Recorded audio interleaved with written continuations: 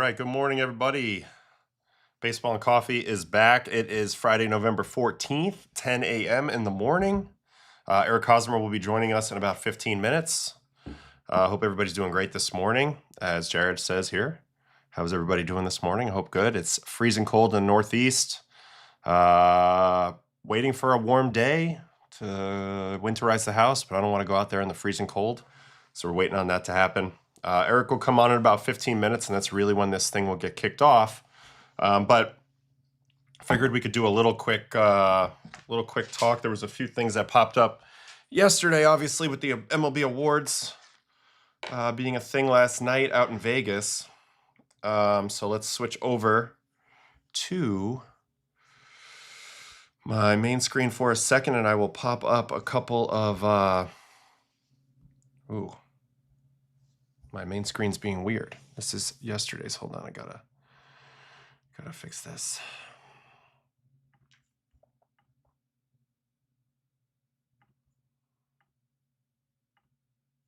This should work. Hold on.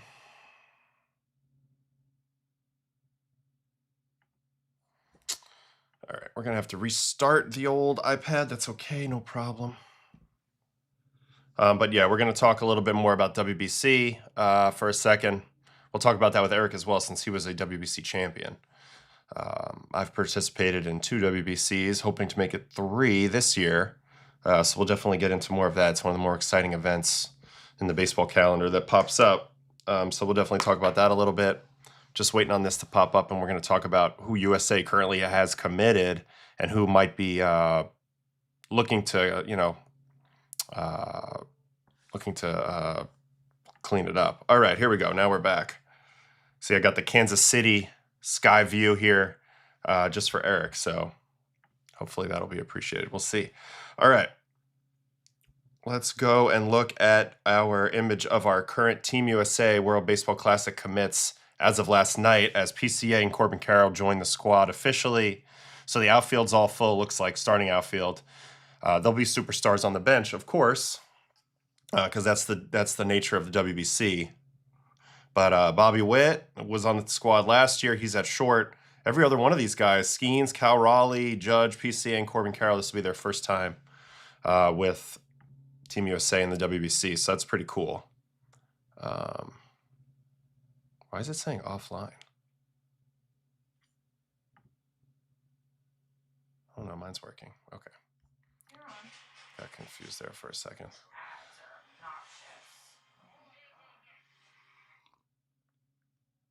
All right, so right now they need a starting, looks like, third baseman, second baseman, and first baseman. So I'm wondering who that might be.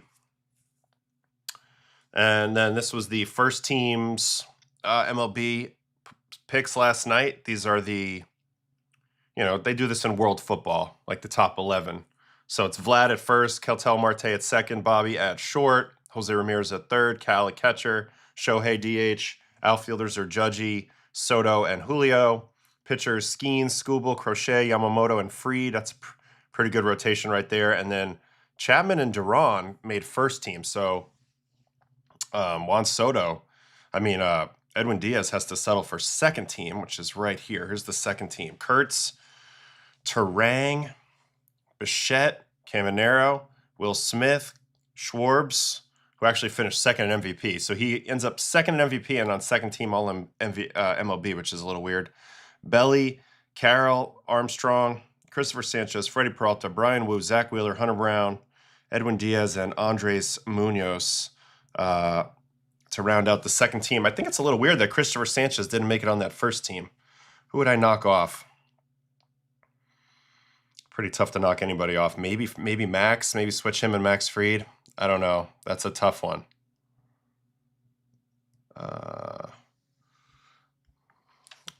Here's a comment. If Yamamoto Otani joined a Japanese team, the USA would be out of chance to become champions in WBC. So both countries have already won. Japan has the record with 3 current titles. US only has the 1. But I think Yamamoto and Otani will end up playing. I'm pretty sure they're going to end up playing. Not a whole lot the Dodgers can do to stop that. So we'll see. I'm pretty sure they're going to end up playing. Anyway, here's the current. We'll go back to that look one more time at the current U.S. team. So they need a third base, second base, and first base. Yeah, Kurtz is a possibility right out the gate in his career to be the first baseman on this team. Maybe we'll go poke around here for a second before I take the break, and then we'll let Eric in. Here, let's go look at Baseball Savant a little bit and see who our leaderboards are by position. First base, third base, and second base.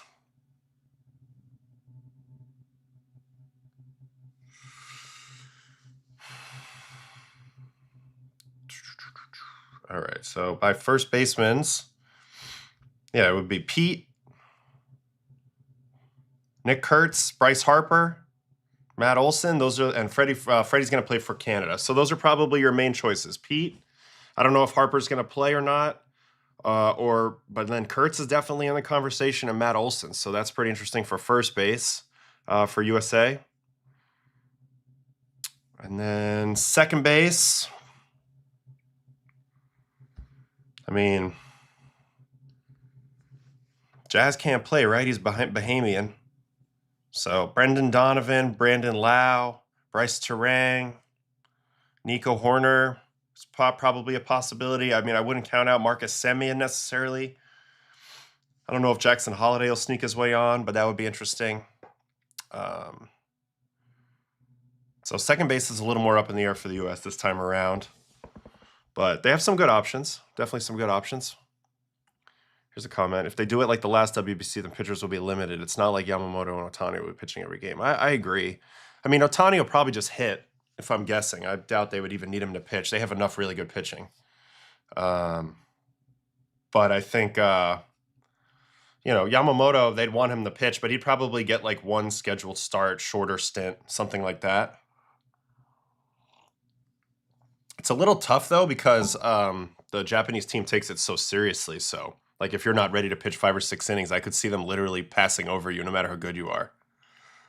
Can really put any infielder at second. That's a good point. So, Trey Turner's also in the mix here. If we'll go look at the shortstops.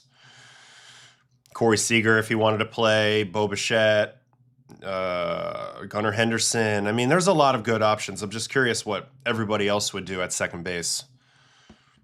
I think in a perfect world, maybe even I doubt Bo's going to play. He's got to recover from his knee, and then he's a free agent and everything, so I don't see that happen. Maybe a Gunnar Henderson. That could be pretty good. Anyway, let's look at third base. They need third base as well. Third base usually a tough one to crack. You got Bregman, but I don't know if he'll play. He played in the one that they won a few years ago. But then you're also looking at Muncy, Matt Chapman, Austin Riley, Westberg, McMahon. These are all possibilities. Oh, Bo apparently plays for Brazil. I did not know that. That's pretty cool. That's a pretty cool little nugget right there. I like that a lot.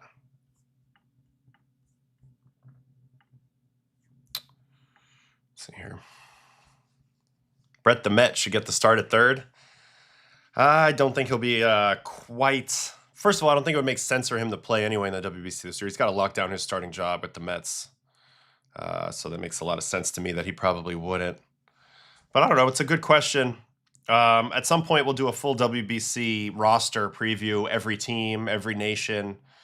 I think the Dominican team's going to be insane this year. Obviously, Japan, Venezuela is always good. Puerto Rico is always very good. Usually very top-heavy, but very good.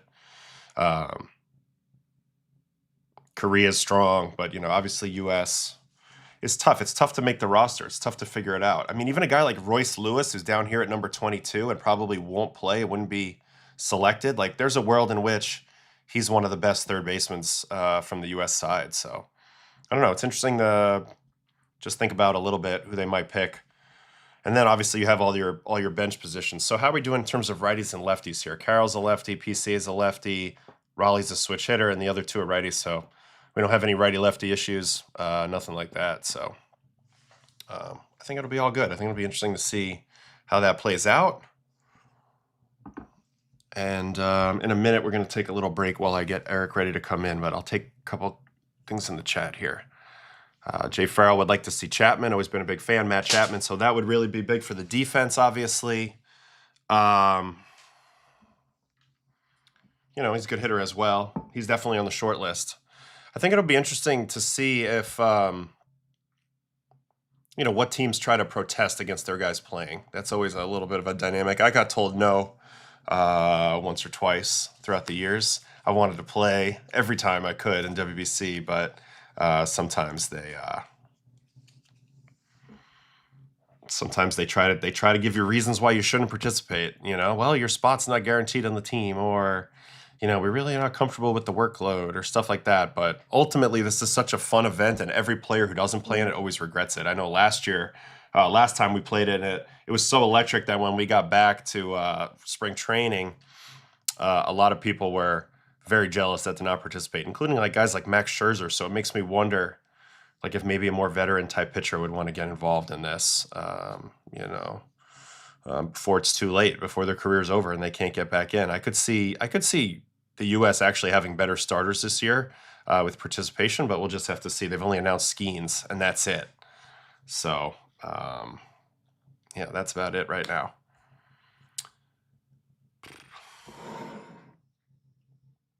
All right, I'm going to take a break in a minute, and then we'll bring in Eric, and we'll really get this show started. Last night, another interesting game out of the Dominican League, with some interesting pitchers. Johnny Cueto was in this ball game for Escogido and for Águilas. I mean, you see guys named Tristan McKenzie got in this ball game. Juris Familia got in this ball game. So continuing to be just a really, really good league in terms of talent every winter. You never know who's really going to end up in there. Let's watch some home runs. Let's watch some Dominican League home runs before I say goodbye for a second. So this was Yamiko Navarro last night. Ooh, baby. That's in Santiago. So the crowds are not usually big in the first half. And then they start to get bigger and bigger as the stakes get higher and higher. So there's a nice home run by Yamiko Navarro. Here's an Ezekiel Duran double. It's going to be an RBI.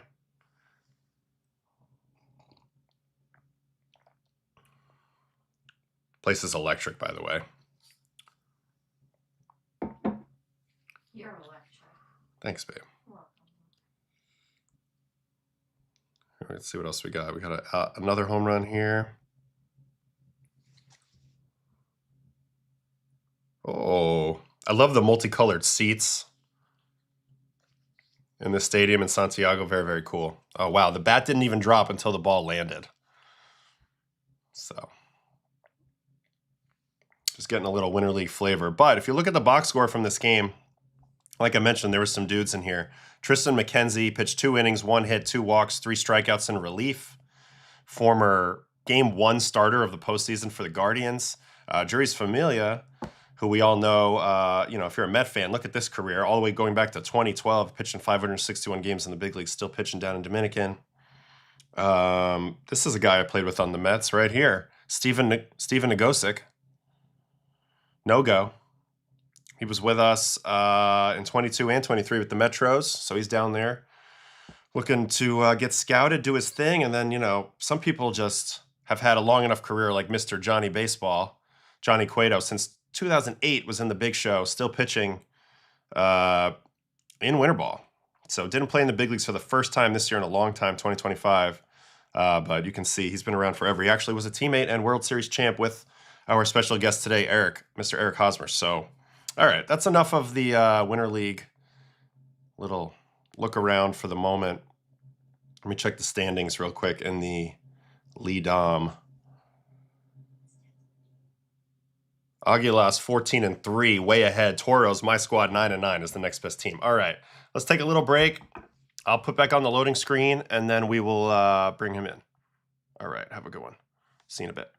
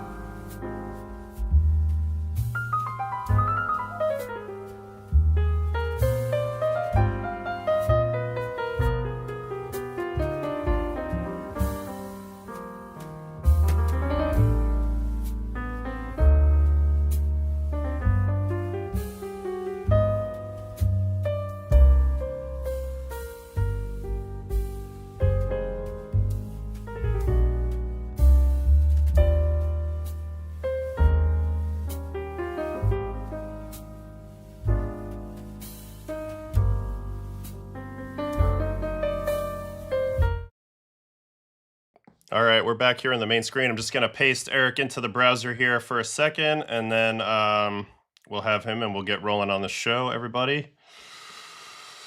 Let me just do a little technical issue here. And there he is. All right, Eric, what's up, man? Yes. No panic. No panic whatsoever. That was the old, hey, Ottavino, we need you ready for Tatis and 3 hitters, buddy. Get up and get loose down there.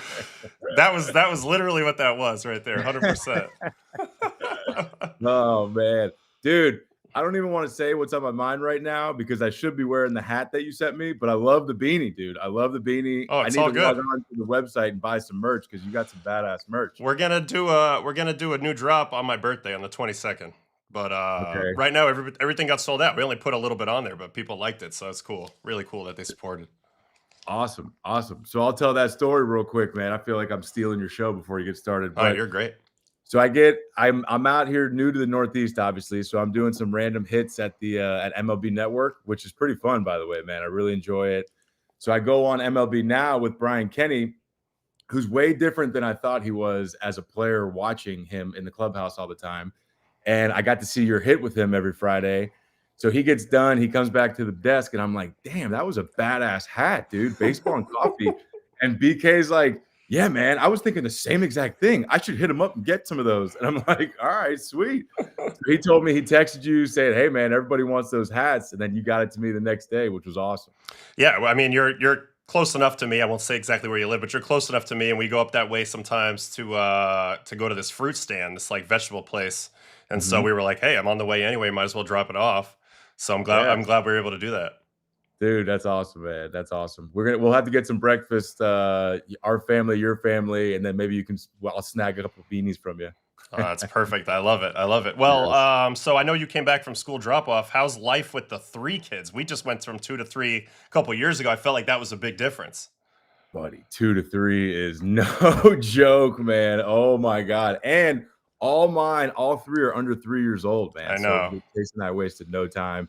The first week back from the hospital after our daughter Odette, the 3rd child, was born, from like 7 o'clock in the morning to that first nap at noon was just absolute chaos in our house, dude. Yeah, that's a grind right there. Yeah, it is. We're getting used to it though, man. We're getting used to it. I feel like we're getting our routine down. So yeah, we're surviving. I can't imagine the 3 under 3. Like my oldest is 10, my second is 7, and then we have a 2-year-old. So we had like a big gap there. And it's kind of weird because I'm like parenting in 2 different worlds. Like I have like a 10-year-old. She has like a dance tonight and she cares how she looks and stuff. And then I have my 2-year-old who just wants trucks and to break stuff. So it's a little interesting. Yeah. It's wild. Right now, the 1-year-old is the hardest because that's like she's just moving, walking around. You got to follow her. She can't really talk. And then the 3-year-old Jack, he's chilling, he's doing himself, and the baby's pretty much just sleeping all the time. Yeah. All right, so let's get this rolling. I have some topics here. First one, I wanted to get your, basically it's a little bit about your career, but how it kind of leads me to discussion about things that are going on in somewhat current events. Like, basically, our careers, because we were basically pros for about the same amount of time. I was drafted 06, you were drafted 08. We existed kind of in the old world and in the new world, right? Yep. And the first place that I think about that is honestly very from the beginning, the draft, right? You're a high school first baseman, drafted 3rd overall in the 08 draft. Like, I can't think of too many other high school first basemen that are picked that high. I mean, Prince Fielder, I guess, comes to mind. There's a few out there, like a Lars Anderson was a guy I remember back in the day. Yeah. But what was your draft process like leading up to that day a little bit? If you could bring me through that a little bit. And like, what were some of the feedback that you were getting early on? So my draft process was kind of crazy, man. So I had on my sophomore year of high school, I was on a summer team called the Florida Bombers. And we were like, if you were in South Florida and you were a player, like that was the team that you were playing on in the summer. They're going to Connie Mack, they're going to all those showcases and doing everything. So we were up in Georgia at the East Cobb showcase, and we had a doubleheader at Kell High School, which was like right across the street from the complex. And I'm a sophomore on this team, man, and I'm doing good. I'm having some good at-bats. I'm hitting with wood now, going the opposite field. And one of the days after on the bus, our coach comes up to me, Kentrell Davis, and this other kid. He's an outfielder. I think his name was DJ Jones from Alabama. And he goes, hey, basically there's scouts here from Scott Boris, the agent, and they want to meet with you after the game tomorrow. So I'm like, sick.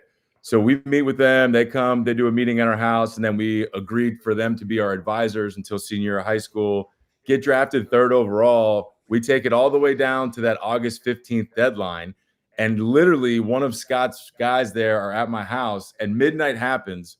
And basically we had our number, and the Royals were going back and forth, and we weren't budging until we got to that 6 mark, and we were at like 5.5, which is crazy. And the draft process, you don't really say numbers, you just say like names. So Matt Wieters signed for $6 million out of Georgia Tech a couple years before. Yep. Scott just kept saying, Wieters, we're getting Wieters money. I'll call you back when we get Wieters. So it was literally like 12:15, dude. And I'm there after the deadline, and I haven't heard from him, and we hadn't gotten Wieters yet. And I'm like, dude, I think I'm going to school right now. This is wild. 12:45, I get a call. We end up signing or agreeing to sign for the 6th, and then I get drafted 3rd overall in Kansas City. Where were you at mentally at that time? Were you prepared to go to ASU, or were you more hoping to get the job done, get the deal done, and play? Oh man, dude. So that's just the beginning of it. I was just wanting to play, man. Like I just wasn't into school. I was just into baseball, man. Like I'm sitting in class thinking about, man, I should be working out. I should be hitting. I should be doing this. So I just wanted to go to pro ball and make it all baseball. So we finally get to do that. I sign. I'm like, thank God, man. I thought I was actually going to go to school, but I signed. I get to rookie ball, Idaho Falls. I'm 3 games in, and that was the year. I don't know if you remember. I'm sure you do. But there was a whole grievance with Pedro Alvarez and his contract with Pittsburgh. Yep. So I get pulled off the field because my deal ended up happening after Pedro's, according to the fax machine and MLB headquarters in New York. So then I get pulled off the field, and Pedro gets another week to negotiate, and I just got to sit around and wait and hope that his deal goes through because there's a chance that my deal falls if his falls. Oh my God, because like technically the deadline was like too close and the fax machine timing and all that. Wow. Yeah. So basically what Scott did was just negotiate another like couple day period to negotiate Pedro's contract. So long story short, I'm in Newport Beach just training at Scott's facility for 2 weeks. And then all of a sudden Pedro signs, I'm signing, or I'm allowed to sign, but the season's over. So I go straight to Instructs. And then a whole nother story, which is crazy. But like 2 weeks later, all my money was in, I don't know if it was like Merrill Lynch or whatever, when the big freeze happened in 08. Oh, yeah. So then I get my money, and it's like, hey, the money's frozen. You can't spend any of your money. So I'm like, dude, what is happening right now? The world is just not meant for me to have money. Oh, my God. That's insane. That's insane. Wild. That's different. I mean, like, I was a first rounder 06. I was the 30th pick, so I snuck right in there. I think I'm the last first rounder to sign for under $1 million. And I just remember the process back then in terms of how you're evaluated. It's just so different now. I mean, now you have a lot of these measurables, right? They're looking at your sprint speed and your exit velocity and probably a lot of your bat tracking analytics and stuff like that they have now. But back then, it was much more baseball-y. It was much more, contact ability, like the standard scouting scale, power, contact, speed, fielding, things like that. And now it's like every team seems to have a draft model. Your age matters a lot, but also value per position. So it's like nowadays, only guys you really see out of the high school in the top is shortstops, because they feel like shortstops, they can move off to other positions and things like that. It's just pretty rare to be a first base prospect. I know you also pitched a little bit. And did you play a little outfield, I'm assuming, too? I did in summer ball, played a little outfield, try to show a little athleticism, you know what I mean? But you're right, man. When you're taking a first baseman, you're basically counting on this guy just to be a hitter, all-star hitter, and that's really hard to project from high school all the way to the big leagues. And then, like, you get into pro ball, and the player development process couldn't be any more different than it is now. I mean, back then, I don't know what it was like for you necessarily, but I was hit with a lot of, well, you just got to get the innings. You just got to get as many pitches in as you can, complete every level, and kind of learn by doing, learn by succeeding, learn by failing, all that sort of stuff. There wasn't like as many benchmarks to hit. They weren't worried about wasting your physical prime. It was more so like, if you're not really, really knocking the door down to the big leagues, we're going to make you go step by step. Now, I know you moved pretty fast, but was that sort of your experience too? They're like, hey, we drafted you, we like you, go play? Or were they immediately trying to throw a whole bunch of changes onto you? Yeah, it was basically go play. They're like, listen, we're not even going to really evaluate you until you get, 500-600 bats under your belt. We want to see you go out there and just basically, you're going to end up coming to us trying to make the adjustments and figure out, how do I do this? And that's kind of what they wanted. But it's so different, man. You're right, because Kansas City coming up, I promise you, Adam, we didn't have any analytics whatsoever. And I'm a guy that, like, I think bits and pieces of it can help you a lot. I think you take whatever you take from it and you add that into your routine or whatever kind of information you want. But we didn't have any of that in Kansas City. And like you were saying with the draft process, Scott told me, he's like, listen, don't talk to any scouts. He's like, I want you to be a closed book, make them pay to find out the information about Eric Hosmer or what Eric Hosmer is as a person, baseball player, and all that.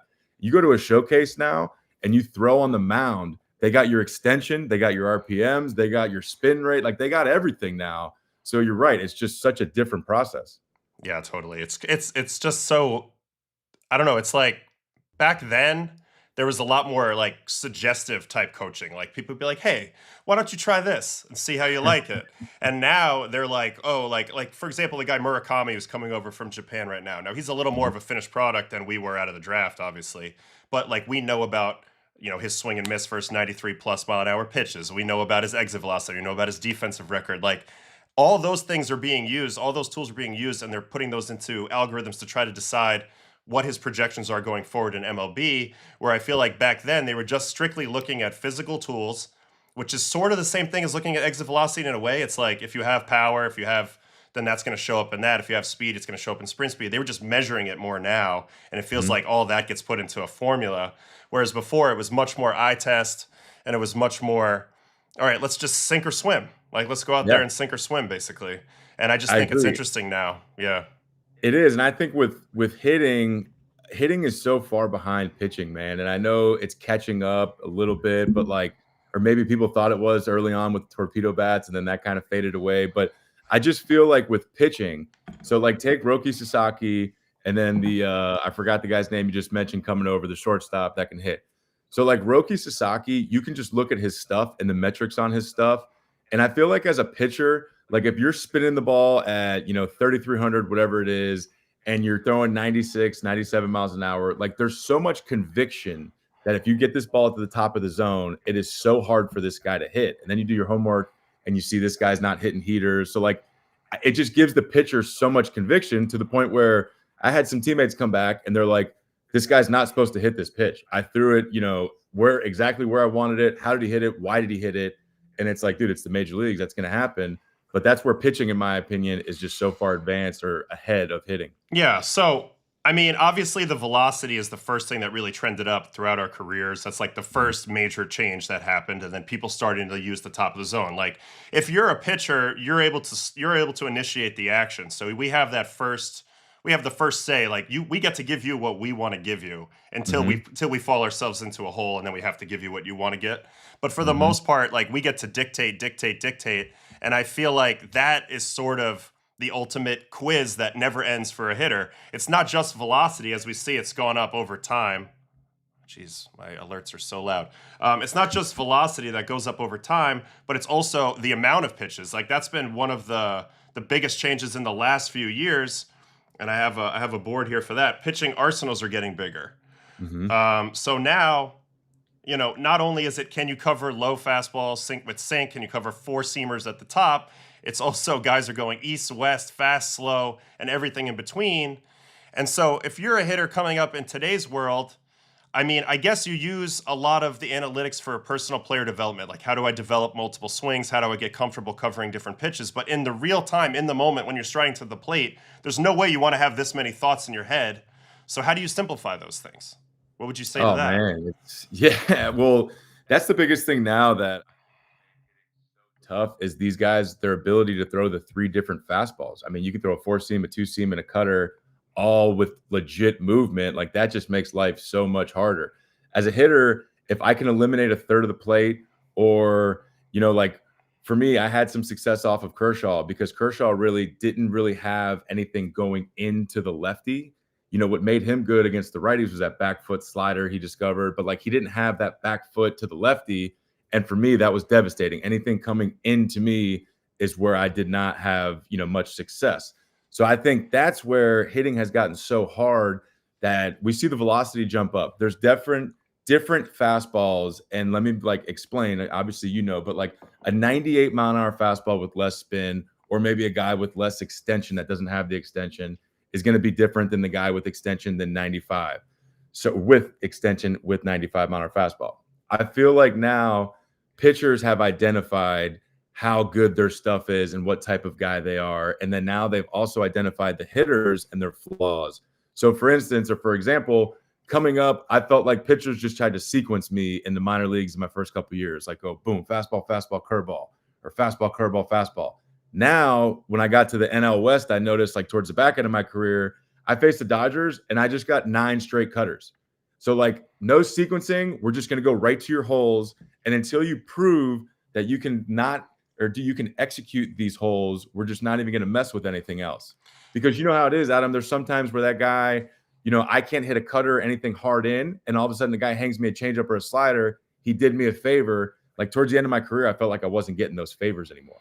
Yeah, that was the first layer of the evolution. It was like, now that we can measure the stuff, pitchers aren't spending their whole careers throwing the wrong type of heater or whatever. Like, I know early in my career, I was throwing a lot of four-seamers. I'm a much more of a sinker type of pitcher, given my arm slot and stuff like that. I mean, I eventually learned how to bring my four-seam back in, but I think back in the day, a lot of pitchers went a long time not really maximizing who they were as a player because they didn't have the information. Once that information came, it was easy to kind of figure out, okay, these are my most effective pitches. How do I pair this versus a certain hitter? And then I'm going to spam those pitches. And that's what we saw probably from 2017 through probably 2021-ish at least.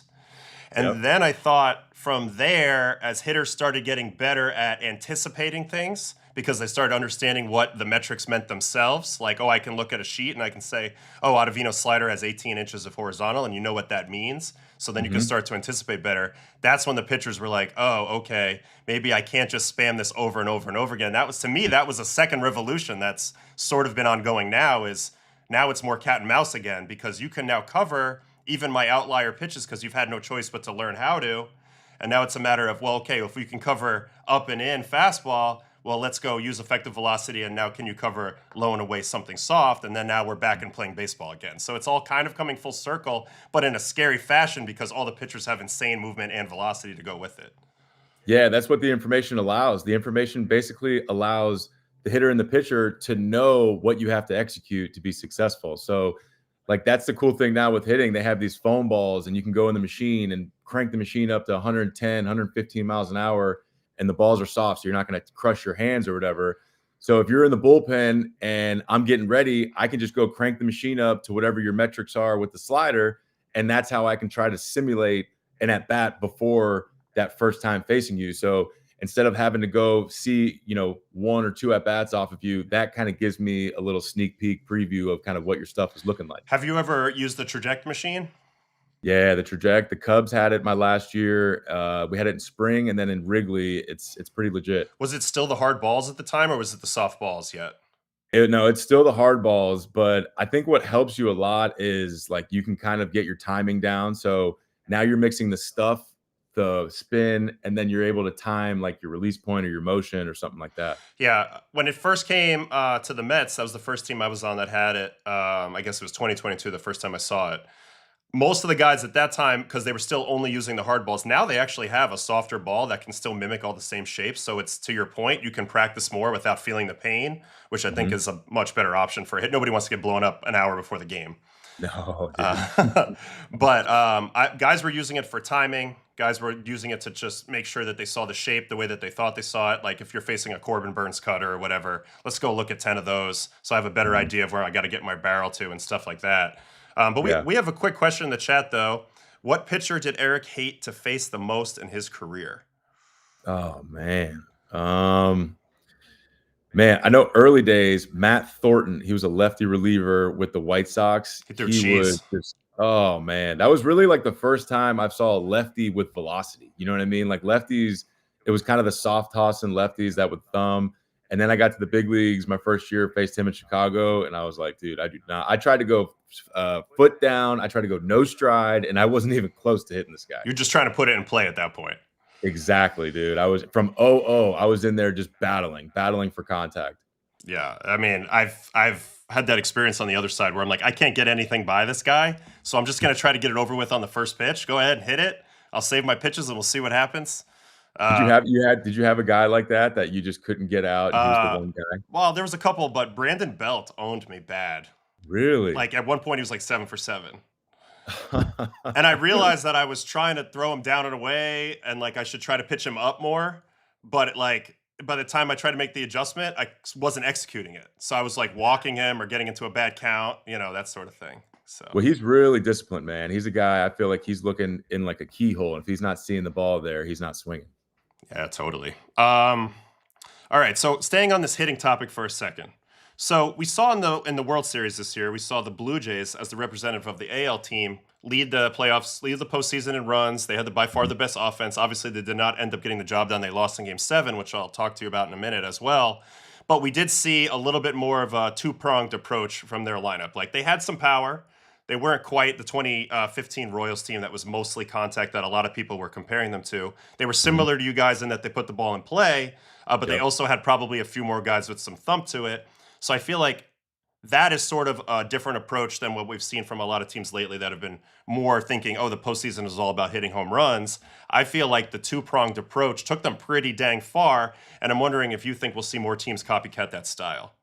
Yeah, I definitely think so. And I mean, he was damn near perfect for the 3 outings, the 2 starts that he came in the World Series. So, I mean, they got Snell, they got everybody else except Yamamoto, and Snell was doing pretty well too. But the biggest thing that I noticed with Toronto is exactly what you said, their type of offense. But to go along with that, in the hitters meetings, I've always wanted to say we want a 9 versus 1 approach. Like I want Adam to feel that all 9 hitters have the same exact approach. Not like, okay, I got past Haas and he's looking up and away. Like now I can get by this guy. Boom, boom, boom. He's done. Like I want that 9 versus 1 approach. And not only that at the plate, but they were so in sync as far as like they're not swinging. They're letting guys run. If John Lester's on the mound, that was our big thing in 14. It's pretty much like, hey, if we get to first base, we are letting these guys steal. It's almost like you take a strike until you get there. And then you go to the next game, say the guy's 1-1 to home plate, we can't steal. It's like, hey, from pitch 1,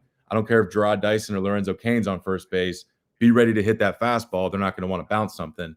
So I think Toronto really had that 9 versus 1 approach. But I think now, to your point, when these executives go and look to build teams and offenses, they're going to have way more balance to the lineup, kind of like Toronto had. I think it even harkens back to player development a little bit. Like if you're only grooving one type of swing, like you're only grooving, let's basically hit pull side fly balls, then I think that leaves a lot of other potential skills on the table. For me personally, like I personally believe that players are a lot more capable than maybe some people realize of doing having multifaceted approaches, like whether it's being a pitcher and you can have power and finesse in your game, or whether it's being a hitter and you can have power and contact in your game. I think it's one of those things where maybe we got away from it a little bit because people are trying to optimize so much basically to have the answers for the test. We know that they pay for power, pull side fly ball generates more power. We'll sacrifice a little bit in one area that doesn't get paid as well. But I think ultimately being a complete player is what's kind of what the game is starting to really demand of everybody in every position. If they're going to, It really is. yeah, that's how I see it. Like defense is more important than ever. Base running is more important than ever. Versatility, all those types of things. So true, man.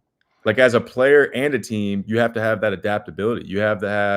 So you as a pitcher, you have to be able to locate your slider to this guy because that's his holes or that's where you can get him. And then the next guy that comes up, you got to be able to locate that fastball up. As a team, it's like, hey, we got to identify, okay, this is a game where we're going to run the bases, we're going to play some small ball, or this is a game where we see this guy well, let's not give away outs on the bases and let's try and slug our way. So like you just have to have that ability to adapt as a player now, like you're saying, and as a team. Even as a pitcher, like if you look at the World Series, the pitchers that the Blue Jays had success against, right? Snell, Glasnow, a little bit even Ohtani. Those guys are good at controlling contact, but it's not their main style. Their main style is just flamethrower everybody and strike everybody out. Yamamoto, on the other hand, he has strikeouts in his game, but he came up in Japan and he faced a ton of contact-oriented teams. And I thought that prepared him better to be able to toggle between 2 different styles depending on what type of offense he was facing. And I thought that was kind of the level up that ended up tipping the scale in a way in the World Series. He was just so impressive. Dude, I would love to pick your brain on that because I'm watching Yamamoto and like the sequencing, the stuff, the tunneling, like everything that he was doing. I'm taking these at bats with these guys, and like he's going the 5th, the 6th, the 7th at bat, and like he'll go the first two going north south, and then he'll go east west, and then he'll go kind of like upright, lower, away corner, and then like the sequencing and the tunneling that he was executing and pulling off. That was some of the most impressive pitching that I've watched. I would love to hear your opinion on just how nasty he was in that postseason. Yeah, actually, I have a few videos on my channel if you want to check them out of watching all the Really? pitches that he threw. I mean, he's next level. I mean, at the end of the day, he had the answers to the test. He always had Yeah. something for every adjustment the offense was going to make against him, and even little things like fielding. Like he fielded a bunt from IKF in the 11th inning that most pitchers are not even getting to. So it's like Oh. being a complete player really was the difference in this situation in my mind. Oh man. And like so for the people like especially the chat. So like north south, that is heavy velocity at the top of the zone and he's throwing that at 98. So as a hitter, you have to make contact the furthest part out front. So like your contact point needs to be out front. You need to get on top of it. So you basically need to catch up and try and get your fastest, quickest swing off. And then the south is that slow curveball. So that's a pitch that you need to get as deep as possible in the zone. And then you see that once or twice and you're like, okay, I think I can make my adjustment. And then he goes east-west with that little splitter or that two-seam away, and then the cutter, the slider in, like the sequencing, that's the type of stuff that is just disgusting. Yeah, I mean, every level of speed, every level of location, every level of tunnel, like he understood all the sequencing. I mean, it was really, it was next level shit, honestly. It really was. I couldn't believe it. Mhm. But looking back at that World Series, two more topics on the World Series. Number one, you were a member of a team that lost by 190-foot margin in the 2014 World Series. And then you Too had soon, to. Adam. Don't bring it up. That's still too soon. But hey, but the good news is you guys rallied and were able to win the entire thing the next year. What's the mindset that it takes to achieve that? Because I left this World Series feeling like, man, I don't know if they're ever going to be back in that spot, and that's the most heartbreaking thing about it. Yeah, it's so draining, man. And I remember after that Game 7 loss that we had, we felt like we were, and this is like, I know Caleb Joseph, the catcher, he was getting destroyed on the media side because he was saying that the better team didn't win. I always felt like we were the better team, obviously facing San Francisco, but the performance that Bumgarner had that postseason was just unbelievable. And the biggest thing I realized with San Francisco's team was like, not one guy, they had Buster Posey, obviously, who was their superstar, but like not one guy hit over 300 in that World Series. They just got timely hits. They moved the guys over. They were scrappy. So like we literally as a team after we lost wanted spring training to start like that next week. Like we're like, we don't even want an off season. Just give us a day off and we're ready to roll. And I'll never forget, man, like everyone always says like, oh, this team, we've never seen it. They're so determined. Alcides Escobar, you can just bank that he would be about a week to 2 weeks late to spring training every single year. Yeah. He would just like blame something with a passport and not whatever. He was there a month early and we're like, oh man, like maybe everyone is locked in and ready to go. And man, from April on, like we were just rolling. Like I don't think we lost 3 games in a row until September. I truly, like looking back on it now, have no idea how we did it because to go all the way to October, you're pitching, the bullpen, we use them like crazy. We stayed healthy for 15 and we were able to do the same exact formula. And looking back on it now, man, it's like I have no idea how we had it or how we did it. The mindset was it just kind of felt like a continuation from 14 and let's just finish this. Yeah, you guys didn't have too much turnover really between the rosters either, right? So it was most of the same guys. Mm-hmm. Yeah, we got a couple starters. Like we got Volquez the next year, and then we got Cueto at the deadline, and then Zobrist was a huge pickup for us. All right, so I definitely think the Jays and their fans will be using you guys as inspiration and as hope that they can get claw back there this year because I mean they lost by even less than the 90 feet. They lost by what, like half a foot? Yeah, and they had some times to close it out, and like they missed out. Think about this, man. Like Pete Alonso was apparently got offered more money to go there. Like he got like a 4-year deal, turned it down from Toronto, and I know a lot of guys turned down deals from Toronto. So a lot of guys are going to want to end up signing there now, which that was not the case at this point last year. Yeah, that's what I've been hearing. I've been hearing a lot of chatter about people wanting to go to Toronto. So obviously the boys have been talking about their experience, and that stuff travels throughout the league, no doubt. Yeah, man. And then Bieber signed back for that less money. So like that tells you a lot. I don't know if there's something more to that story, but that's a huge deal. All right, I'm going to play the play where you made the mad dash to home. Oh boy. because this reminds me a little bit of the IKF play in kind of a reverse way. I mean, this was a situation where you kind of tried to make something happen here, Right. and you forced them to make the play. Now, was there a scouting a little bit on Duda's arm there, or was this just a complete instinct, I'm just going for it type of scenario? Yeah, just a little a little bit of both. Definitely with Duda and his arm, and then same thing with David. You know, he was a little hurt. We know he had something going on. So that was kind of our game plan, man. They have all these studs on the mound. So let's just try and put the ball in play and then make them make plays and put pressure on them that way. And I always tell the story. There was the day before, there was a pickoff to first, and Jershly, our third base coach, who's awesome, man. He's a legend. He was like the minor league coach that came up with us. Great relationship with him. But like I kind of do like they pick over to first. It's first and third. I'm on third, and the first baseman, Duda, drops it. And I kind of like flinch, like I'm going to run to home just to mess with Jersh and turn around. And he was like, hey, man, like you can actually put the pressure on these guys. So if that happens, don't be afraid to do it. So that might have stuck in the mind. Here's IKF. Yeah. What was your thoughts on this? I mean, they told him to stay close. So that's part of the reason why he was so close to the bag. Mm-hmm. I'll just give you my initial breakdown before I hear because your expertise is much more important than mine. My thought was I thought that his timing of his secondary lead was just a hair slow, and that ultimately cost him about a half a foot. But they had him pinned to third, which I can't blame IKF for. I think that's more of a scouting mistake because I want to go ahead and look at Varshow's spray chart in a second. After this, I'm pretty sure he's almost 0% ground ball to third base. But I'll look at that in a second, and I'll hear what you have to say. Yeah, so the big thing that I saw first of all is the secondary lead.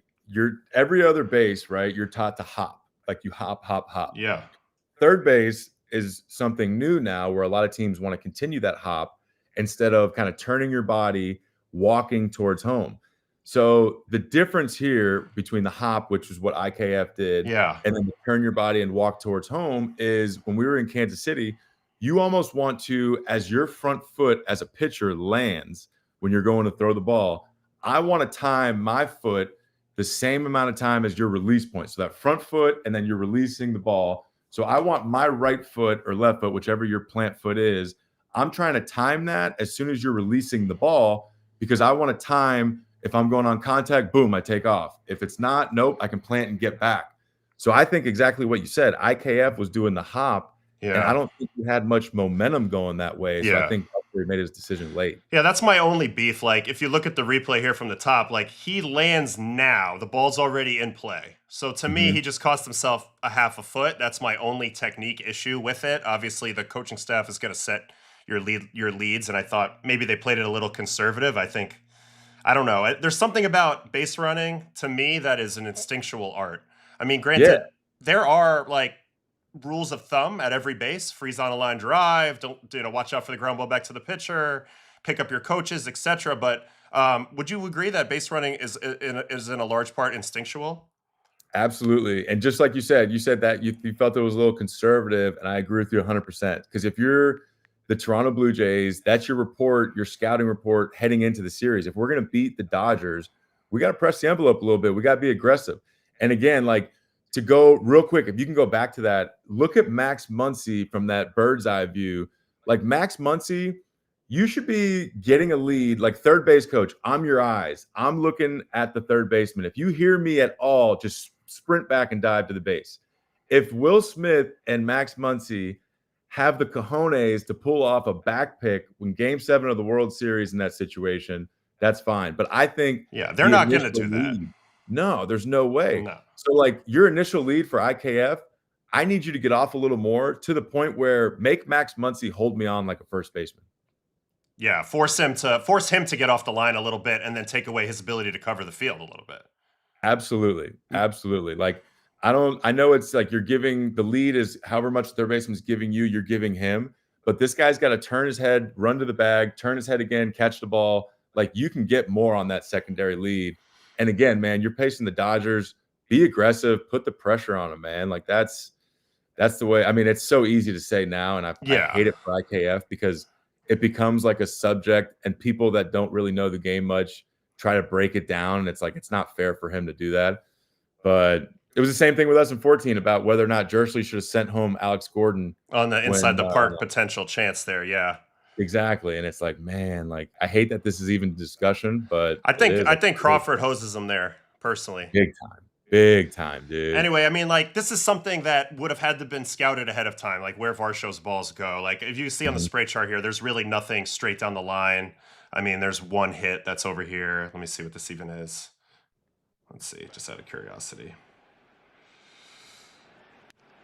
Yeah, I guess that's what you're worried about, but that's pretty far off the line. He's a pull guy. I don't know. I feel bad for IKF. I'm not faulting him at all for the most part. I mean, you're talking about a fundamental with a secondary lead. It's a very, very small margin. If he would have Right. been given a little more leeway on his lead from the coaching staff, he's probably there.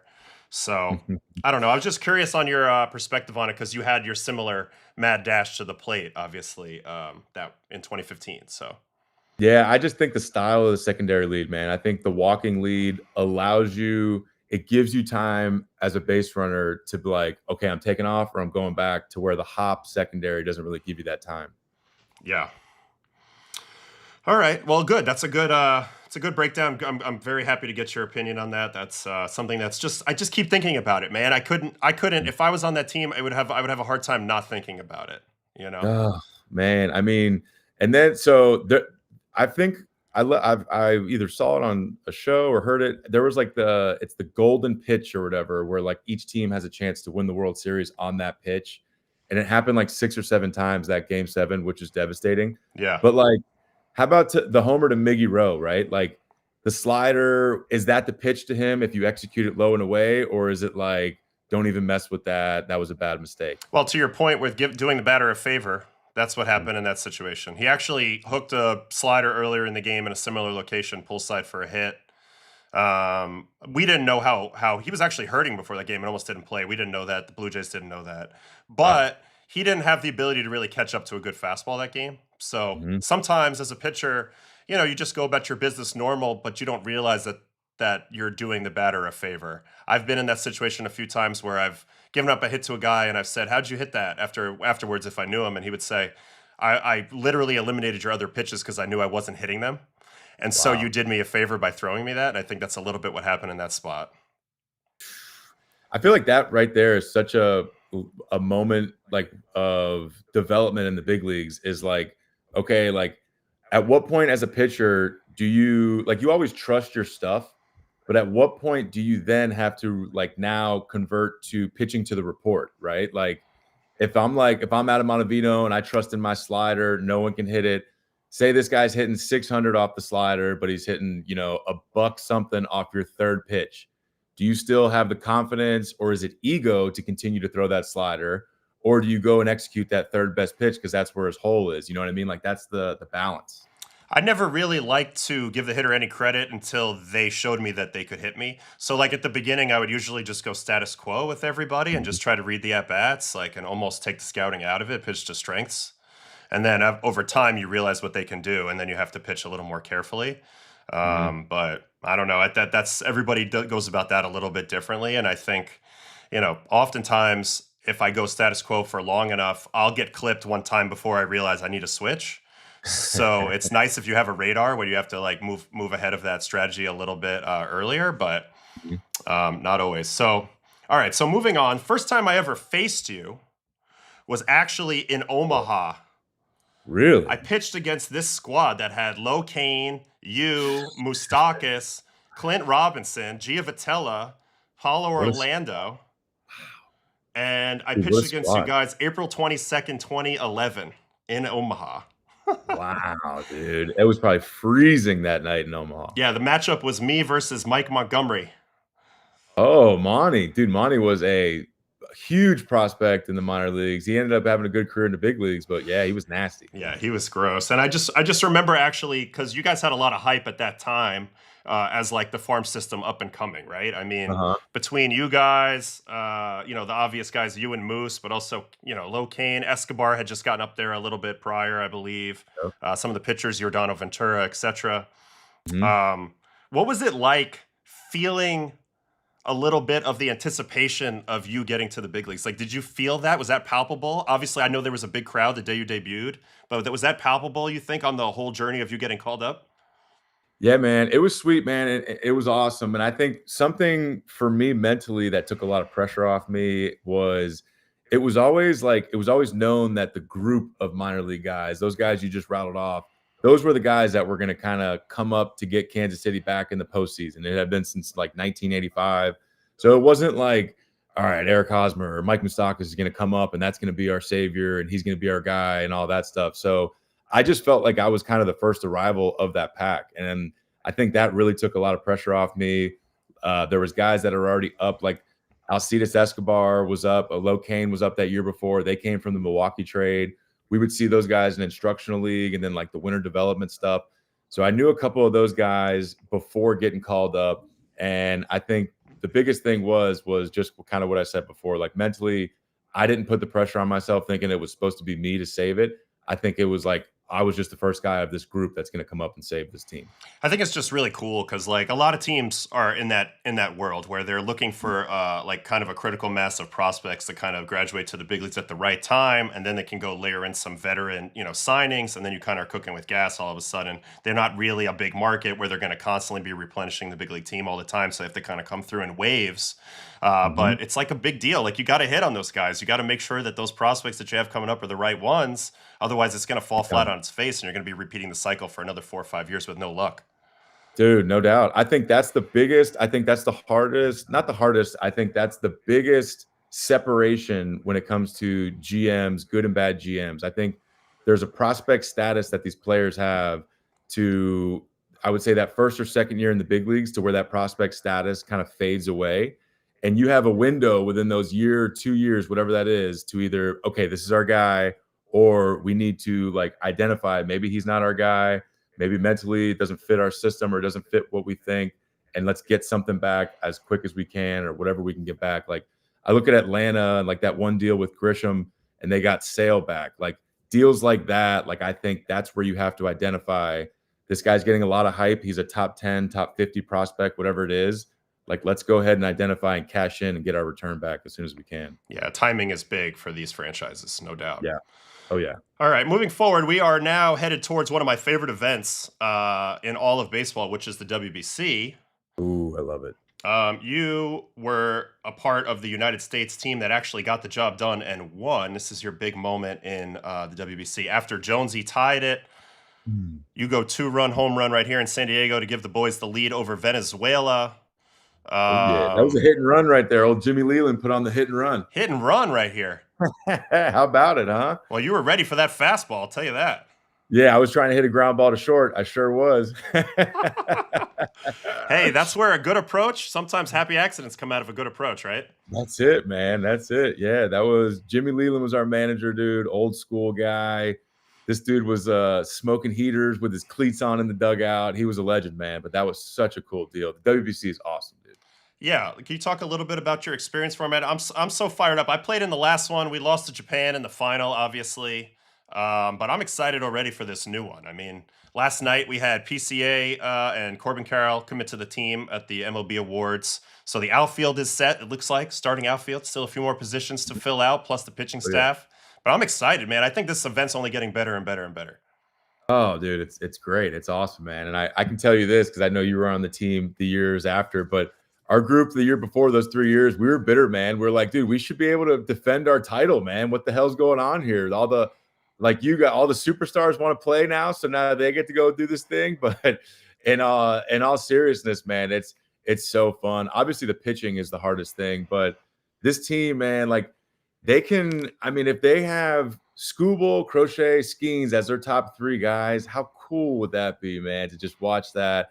But that's got to be the hardest thing, dude, because if I'm the team president for any of those 3 teams of the pitchers I just mentioned, I don't know if I want my guys pitching in that. You know what I mean? So how hard of a decision is that? It's tough, and I've had GMs tell me like a literal quote from a GM one time when I inquired about the WBC was, "I fucking hate the WBC." That was that was a quote. But I think to me it's a tentpole event now for baseball, and I think it's one of those ones that can't be ignored anymore. I love that Skeens is doing it. You're absolutely right. The pitching is really the key. If the U.S. can get their top guys in there, they can show down with anybody. But we've always had sort of that second tier level of starting pitchers. on the squad. I mean, you guys still won it. I mean, Stroman was huge, I think, right? That was the big dog that year for you guys. Stroman was great, man. They're all on pitch limits, and the championship game, I think he had like 85 pitches through 7 innings against Puerto Rico. He was no hitting them, and Angel Pagan had a double down the line, kind of like what we were looking up with Varsho, like down the third baseline, just a wasn't supposed to happen double, and that was it, man. But he was on fire. He was dotting, and it was fun too, man, because he made it a point to like tell Jimmy Leland he wanted the ball against Dominican. He wanted the ball in the big games. And that was pretty cool to see on a different side. Because you know how those guys are, man. I used to face Stroman in Toronto, and we faced him in the playoffs and in some big games, and we were chirping him in the dugout. And it's kind of like, dude, I do not like this guy on the baseball field. And then I got to share the locker room with him and watch from the other side. And I was like, dude, I love this guy on the baseball field. It's actually funny here because I have a man, if I can log it up. This is crazy. In your career, was able to pull up some funny stuff. There's a ball here somewhere. I gotta find it. It's like the hardest hit ball of your career that was an out. And it's off of Stroman. It's a line drive to center at 106 that he gives you such a side eye. Yes. It is so funny. Day game in San Diego. Like, how the hell does that ball knock it out? Yeah, maybe it's this one. Yeah, here it is. This is so funny to watch. When I was researching this earlier. So I'm like, yep, I got him. Yeah. I think he felt that same way. Oh yeah. Watch the side eye right here. Here it comes. Look at that. Oh man, that's just like game within the game type stuff. He's trying to get it in. He leaves it over the plate. We see the exit velo. We see the launch. Everyone knows what's supposed to happen. It didn't happen. And it's like, that's how things are going for me. I'm pretty sure I was like hitting 150 that week or month, and I just needed it. And that's the modern game too. When I watch guys on video now, it's like guys fly out and you see their heads look at the scoreboard trying to see what the exit velo and everything was. Mm-hmm. I mean, I'd be doing the same thing on the mound. I'd be saying, man, 106 and that didn't get out. I'll take it. You know? Yeah. Yeah, you're trying to validate, because as a hitter, I'm like, man, I got that good. So then you look up at the board, you see 106, and you're like, yeah, I did get it good. Like, how come it didn't go out? But dude, you know what? It got me thinking with the WBC, the moment for the USA team, man, I'll never forget this, because it always feels like Puerto Rico, Dominican, Venezuela, it always feels like those guys take the WBC a little more serious than the American teams do.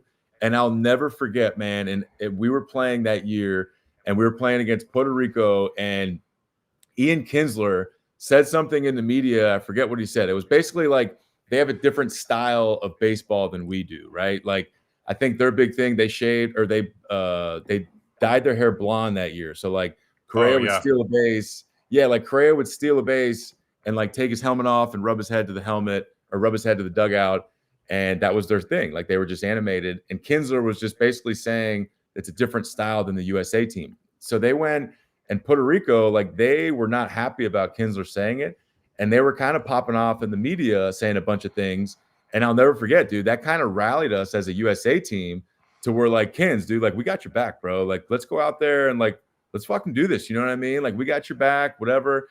And Kins led the game off with a homer. And I'll never forget, man, that, like, sparked everybody up so much, to the point where it's like, this isn't just a ramp up anymore. Like, we're doing what we can to win this thing, you know? Yeah, I remember watching Nolan dive into first base and thinking to myself, like, that's not March behavior, you know? Dude, on a strikeout, right? Yeah. On a drop third strikeout. You're right, man. Yeah. Nolan, that guy, we flew from Miami to San Diego, and Miami, he did not have the at-bats I guess he wanted to have. And we got down from San Diego, touchdown. This guy got an Uber back to LA to go hit, woke up to hit in his cage, and then came back. And I'm like, dude, this guy, but I guess that's why he's one of the best in the game, man. Yeah, that's Nolan. I thought you were going to say he was doing dry swings on the plane the whole way over, because that would have made a lot of sense. Another one, too. We're going to Dodger Stadium, and he's like, dude, I need ash bats. I don't have any ash bats. Ash bats versus maple. Like, ash travels way better in Dodger Stadium. I don't know what I'm going to do. I need some ash bats. And I'm like, dude, you're next level, man. I can't believe this stuff. Like, it's incredible to watch him work and go about his business, man. It really is. Yeah, no, he's maniacal, but it's beautiful. It's beautiful. Makes him him, though. Do you think we got a question in my Discord from yesterday from the handle is not Duke Snyder, and the question is 28 Olympics. If MLB players can play, will all the boys take it as seriously as the WBC? Man, that's another like if the boys can play, I think they will absolutely yes. But that's another one. It's like Major League Baseball and ownership. Are they going to allow these guys to go out and play? And to me, it's going to be Otani. Like everyone's going to watch Otani and see what he does and follow suit. If Otani ends up playing for Japan, then it's going to be like, all right, everybody else should be able to play. And I think then everybody else will play. So I'm kind of interested and curious to see what he does. I hope that they can take advantage of that, because I know like you got to insure the players, and it'd be during the like basically all-star break time, and there's a lot of different variables there. But I think, man, the international baseball is just so exciting, and the more of that we can get with the best players, the better in my mind. Yeah, and then look at the hockey with the Four Nations this past year. I mean, that just crushed it for hockey. Yeah. And then I think kind of like how we just said with WBC, all the big time players are into it now. So I feel like it's just the timing is ideal.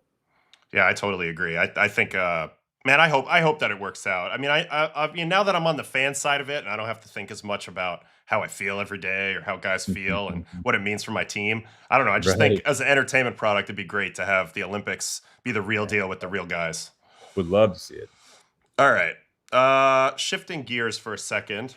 Padres just hired a new manager, Craig Stammen. You played with him. I think it shocked a lot of people in the baseball world. Relief pitcher, had been working for the org for a few years, but can you tell us a little bit about Craig and how you feel his personality will play driving the ship? Yeah, well, first of all, I was shocked, man. I definitely was, just because Craig, I know he was a special assistant there, but like Craig is first of all top 3, 5, 2, like best teammate of all time, man. Like best, just a great dude. I'm not sure if you've ever ran across him out in the bullpens there before the game, but I mean the type of dude that like he's the guy that you could understand, you can feel that like he was going to be a manager or like a CEO or that kind of presence, right? Like just walking around in the clubhouse. And like in San Diego, man, like we had some heated moments, on the field, off the field, in the locker room with everybody, GM, front office, manager. And the one thing I always admired about Craig was like he kept his cool and he was real. Like he was saying exactly what he said in these closed door meetings with the team owner, with 3, 2, 1 player versus all 26 guys. The reason I was shocked was because he's such a family man, and I felt like he wanted to be at home. His kids are all young. So that's where I was like, man, I didn't see this coming at all. But like watching his press conference, watching all of his interviews, I'm like, man, Craig's going to crush this, man. I really think he's going to be good at this because Craig has a unique mix. And I saw this from Chris Young, Ben Zobrist, of turning it on and off. Like off the field, they're just the nicest people you will ever see. Great dudes, great family men, like whatever, like soft spoken. And then on the field, like they have this ability to turn on the switch and be so ultra competitive.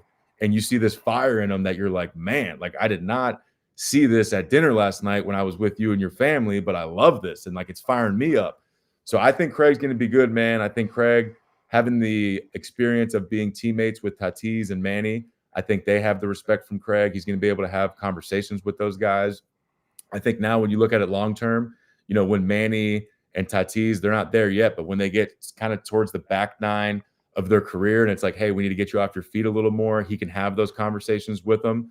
But the biggest thing, man, is just like it's going to be an adjustment in San Diego this year because they're just not going to be able to spend the type of money they've been able to spend in years past. So I think he's going to have the hardest thing for Craig to control is going to be the outside noise of if they trade guys, let guys go, and they just don't go out offering $300, $400 million contracts like they've been the last couple of years. Yeah, obviously the Peter Seidler era was a little bit different in San Diego, and now there's talks of them potentially selling the team. The family may be selling the team. Do you have any insight on that? Because to me it felt like San Diego is one of the smaller markets in the big leagues. And he went all out trying to create something special there. Obviously, bringing you in, bringing Manny in, extending Tatis, trading for Soto, like all those things are under his watch. The crowd's coming back. I mean, shit, when we used to first play you guys in San Diego, probably a little bit before you were there, I mean, there was nobody there. Rockies, Padres at Petco was a pretty quiet experience. And now it's a zoo every day. So I'm wondering whether it's more of like the rest of the family isn't quite as passionate, or whether this is like an opportunity to cash in on what they built. Any thoughts on that?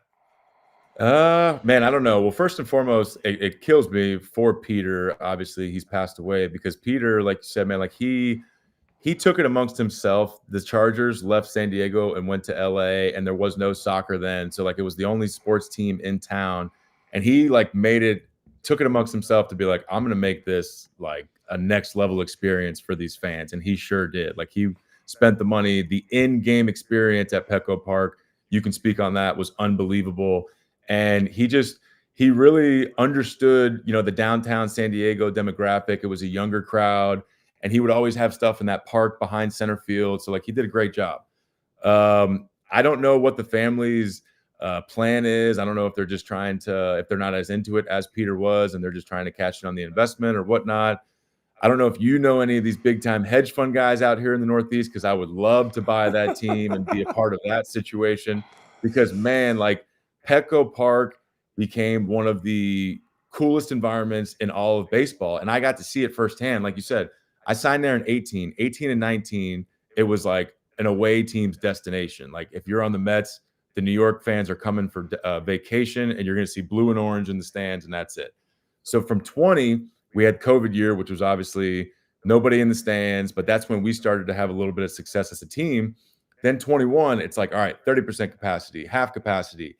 So to see it slowly build up, and then once it was full capacity, I mean, with the exception of a Tuesday night in a non-summer game, it was sold out, it was packed, and the energy there was unbelievable. So to see that transition was awesome. But man, I just hope they can keep that energy now with the less spending, because it's just a different dynamic, man. I think, Preller, that GM, he's not going to have the ability to go offer Aaron Judge $400 million, him say no, go offer Trey Turner $400 million, him say no, and just give Xander Bogaerts 280. You know what I mean? Like you're going to have to be a little more creative now. Yeah, that was crazy. I hate to say it because I had no idea at the time, but I was like, man, how is he doing this? Like, is something going wrong? Because it felt a lot like Illich in Detroit those last years before he passed away and let go of his control of the team to his sons, where it was like, I really want to see a winner and I'm going to go for it right now. And then of course the news comes out and I'm like, oh my God, I feel bad about being right about that. Like that's awful. Like I'm so sad that a true baseball fan, somebody who really wanted to bring success to an area, wasn't able to see it through quite the way that he hoped to. So it's a little bit of a bummer. Man, you're right, dude. And he did, like he definitely went all in on those years. And then, you mix him in that collaboration with Preller, and Preller, obviously I'm not the biggest fan of Preller. We've had our back and forth and all that stuff. But the one thing I will say about AJ is he will find you the best amateur talent there is. Like he's going to live all off season in Dominican. He knows those kids left and right. He knows the international game. He knows the amateur game. So you mix that with having the ability to spend whatever type of money you want to spend. I mean, that's why we're seeing every trade deadline, they're going to be able to group up 2 to 3 prospects and get somebody back. And then in the offseason, they're able to spend the money, or at least they were those 2 years, because that collaboration between Peter and AJ, it was a fun one, an entertaining one for fans of baseball, that's for sure. And I know the San Diego fans loved it. Yeah, I loved it, and I thought it just made that NOS so freaking interesting. I mean, you always have the Dodgers and the Giants, of course, who are the big boys, but Diamondbacks is a very desirable place for a lot of ball players since they all live in that region. And then obviously San Diego, you get them going. Now you got 4 like real problems there, and then obviously the Rockies, when they're in their winning cycle, they're in their winning cycle. That seems to happen every 10 years or so. But NL West was no joke there for 3-4 years, man. Dude, the NL West, I mean. First, we had the Giants when I was there with the Rockies. And to your point, they were a very scrappy team. It was like if you kept nobody on base, everything was fine. They got one guy on base, a rally was coming. Yeah. And then the Dodgers, Dodgers probably scored 50% of the runs I gave up for like a 3-year period, which was tough. That's the one thing I learned first day or first week of spring training, my first year in San Diego. It was like everything was smooth. Everything was going good. Practice is smooth. And then we start games. It's good. And then boom, a week into games, we're facing the Dodgers. And it's like, wait, we got 5 meetings today. And like, you're acting a little different. You're acting a little different. Like the Dodgers, man, they They really did have they had the mental ownership of everybody in that division when I Oh, first got there. I used to make the terrible joke that the Rockies season never really started until we got swept by the Dodgers. So Oh, that man, I was get it. just the truth of it, man. It was. Yeah. Yeah. We would go my first 2 years in San Diego, and we had my first year before I got to San Diego, so, like, this is telling you we're rebuilding. We had 3 full Rule 5 draft picks on the team. Like, it's crazy to have 1 guy on the team out of the Rule 5 last the whole year. We had 3. So, we would go into LA in September, and we'd be facing, like, Kershaw, Scherzer, Walker Buehler. And we got, like, just 3 young guys that aren't ready yet, that should be in Double A. They're gonna be great, but they just should be in Double A right now. And I'm like, I'm on the bus, like, it's a great series if we don't get swept here, right? Like, Yeah. that's a realistic view of that. Yeah, it's it's a funny place to be, but great place to play baseball. So I always get excited about it every time. But man, big time challenge, big time challenge. And before the 40-man, before they lowered September down to 26-man, and it used to be Mhm. 40, the Dodgers' depth was insane. Like they had a whole like all-star bench squad. Like I'd come in the game hoping to get some righties, and I'd get like Jock Peterson, Yasmani Grandal, Corey Seager, Chase Utley all in a row off the bench, and I'm like, this is fun. Yeah, it's unbelievable, man, and it's like one of those box scores you pulled up from winter ball, man. You got 9 pitchers coming in. You can face, like, we got 3 lefties for each lefty that comes up in the 7th, 8th, and 9th inning, and it's just, yep, they're loaded, man. Yeah, it was different. All right, I'm gonna get you out of here in a minute. I have some random stuff pulled up here. The first is this ridiculous broken bat. Do you remember this? I did, dude. The bat just snapped, and I'm pretty sure that I went up there with a broken bat before. And reason being is because those machines we were talking about. I think I had one of those machines cranked up. I don't know who we were facing, but I probably had it on like a slider cutter kind of coming into me. And I'm pretty sure the bat was broken then. That's one of those big puck knobs, too. Oh, so broken before you went up to the plate, probably. Yeah, I think so. Because I think before the game, day game, I'm hitting off the machine in the cage. So I'm thinking I broke it before then. But that was like right when I had my or that was when Casey was pregnant, actually. I was like, I guess I'm tapping into this dad strength now. Yeah, no, that's just it's a fascinating video because you can see how your swing, you're trying to maintain like the bottom hand, like staying through. Yeah. You know what I mean? Like even though you're broken, you can like kind of see the components of what you're trying to do here. Uh-huh. So I don't know. I And it's find it like, funny. oh man, what just happened? Yeah. All right. I think that's kind of it. We could watch you get a hit off me. Let's see if that'll pop up. What website you working right now? I have an MLB research tool that they gave me to mess around with. Oh, that's me playing awful defense. Oh yeah. Yeah.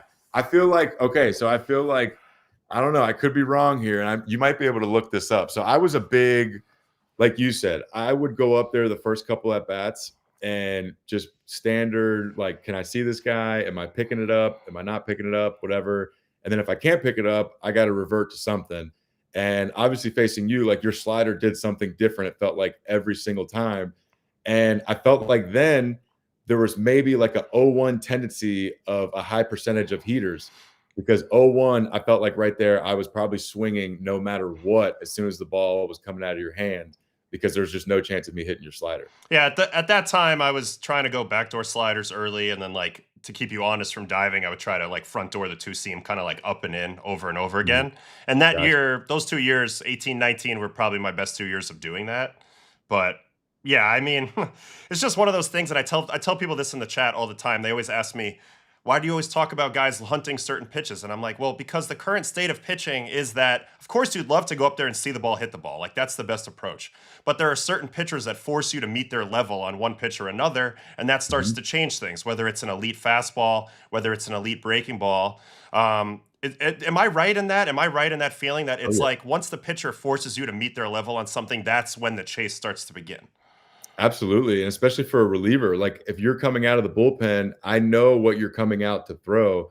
So like there's a lot of times, man, where like a Matt Thornton, if I'm facing that guy again in my career, like I just know one pitch, I'm not picking it up well, right? So I'm just gonna go up there and say, you know what, dude, if I can't see this guy's heater and I need to get sped up a little bit, I'm sitting breaking ball for all 3 pitches. And I don't care if it's a 0-0 count or 0-2 count. I'm just waiting for that one breaking ball, kind of hoping that out of these 3-4 pitches you throw me, I'm going to get that one pitch there, and I can't miss it if I get it. Yeah, totally. I mean, it's like people would ask me like what type of right-handed hitters gave me the biggest trouble, and it was usually guys that weren't thinking at all. Like a Starlin Castro, for example, just like I'm just gonna see you and swing. A lot of times I'm trying to like trick you a little bit, and he's just like, I'm just here hitting, so you're not tricking anybody. Like, you know. It's like Texas Hold'em poker. I don't know if you're a poker guy much, but it's like, dude, why are you calling that raise? There's no chance you should be in this hand. That's kind of what it's like. It's like facing an amateur poker player that just calls everything or is trying to bluff or just doesn't know what they're doing. You're like, bro, like there's no reason you should be swinging at this pitch. I just went hard 98-mile-an-hour two-seamer on your hands. Like you should not be looking for this next pitch, whatever it is. You know what I mean? I'm with you. Yeah, your approach sucks, and that's why it works. That's like with Will Myers, man. I love Will Myers to death. And we used to, when he was young in Kansas City, Will just wouldn't think. He would go up there, rub some dirt in his hands, and then boom. And then when I got to San Diego, he was like, oh, like Ottavino's got 1% changeups. And I know I'm that 1%. I know I'm that 1%. And I'm like, Will, just go back to being dumb, dude, and stop thinking. It works so much better. So funny, man. 1% is too low to be looking for. I'll tell you that. He's like, I'm the outlier. It's me. I know it. I know it's me. I actually think funny too, how you get older, how you start pitching or you start like playing against the report. Yeah. Does that make sense? Yeah, totally. No, it's funny though. Will Myers, I think I struck him out like 4 or 5 times on fastballs looking in one season because he just was like so keyed in on the slider. But I think that's a big part of like scouting that doesn't get talked about is more scouting the person you're facing. Like you have to ask yourself, will this guy deviate or is he just going to stay with his normal approach over and over again? So I know like when I used to face catchers, like for example, smart catchers like a Buster Posey, I used to think to myself, well, this guy's smart. He's thinking he's going to play the game along with me. So I'm going to try to make the script really hard to read. But if I'm facing a guy who is on the other side of the spectrum where I'm like, maybe just stay stubborn with this guy, stick with the slider, whatever. But that's something that I never hear anybody talking about, but I feel like that's real. Dude, so real. I remember being a young hitter in St. Louis my first 2 years, and I'm facing like Michael Wacha as a rookie with Yadier Molina catching. And I'm up there and I see Michael Wacha shaking, and I'm like, wait, there's no way in hell this guy's shaking Yadier Molina. Like, this is probably just one of those shake fastballs. And boom, sure enough, I was like, yes, I thought right on one of those. And it was little cues like that. I remember facing Verlander. I got a double on his curveball. The next at bat, I'm like, oh, I can eliminate the curveball. He's coming heater. He threw me 3 curveballs in a row after that. Wow. And I'm like, all right, this guy's next level. Like, he's just saying that was a fluke. I'm better than you. Here's what I'm doing. So yeah, man, you definitely learn the person. And you're like, all right, this is how this guy's kind of going about his business. Yeah, totally. I think that's the next level. Because I used to talk about it like sometimes you could take the scouting, kind of throw it out. You just got to stare in the guy's soul a little bit and be like, what's he looking for here? Yeah, dude, that's it. Just look him in the eyes and just be better than him at some point. All right, a couple more questions from the chat, and then I'll let you go. Have you ever wanted to charge the mound on a hit by pitch? Man, I tell you what, dude, I've always had respect for guys that did that because I've definitely gotten pissed a couple times, but it's never crossed my mind to charge it. I remember when Nolan charged against San Diego. That was, I know we were all there. That was against Perdomo, but no, man, it never got to a point where I was close to being like, hey, if he throws at me, boys, I'm going to get him. Yeah, like I never hit anybody on purpose in my career. But I always sort of bucket list wanted somebody to come out there. Not that I thought I could do anything, but just to say it happened, right? But of course, you don't want like Yasiel Puig to charge him out. Like that would have been scary. But yeah, it's matchup problems. You got to know what's going on there, right? Yeah. The one in San Diego, Colorado, it was who's the reliever? Good dude too, man, because he felt terrible about it. Reliever, righty. He hit Manuel Margot in the ribs. Was it Oberg? Scott Oberg. Yeah. He hit him hard, like really hard. Yeah, he was like spitting up blood, broke his ribs, like clearly was not on purpose. And then I think 2 other guys got hit. So it was going down. Yeah, and it was like we got to the last game Sunday. We had AJ Ellis, and he's like, all right, guys, like they need to understand like they can't throw in the inner half and just continue to miss and hit our guys without it being like, without it being a problem. And then Perdomo went at Nolan, and I give Nolan credit, man. Nolan said, I'm going to get you, buddy. I'll never forget it because, you know, I was inside doing my usual stuff, and I was with Wade Davis, Oh yeah. former teammate of yours.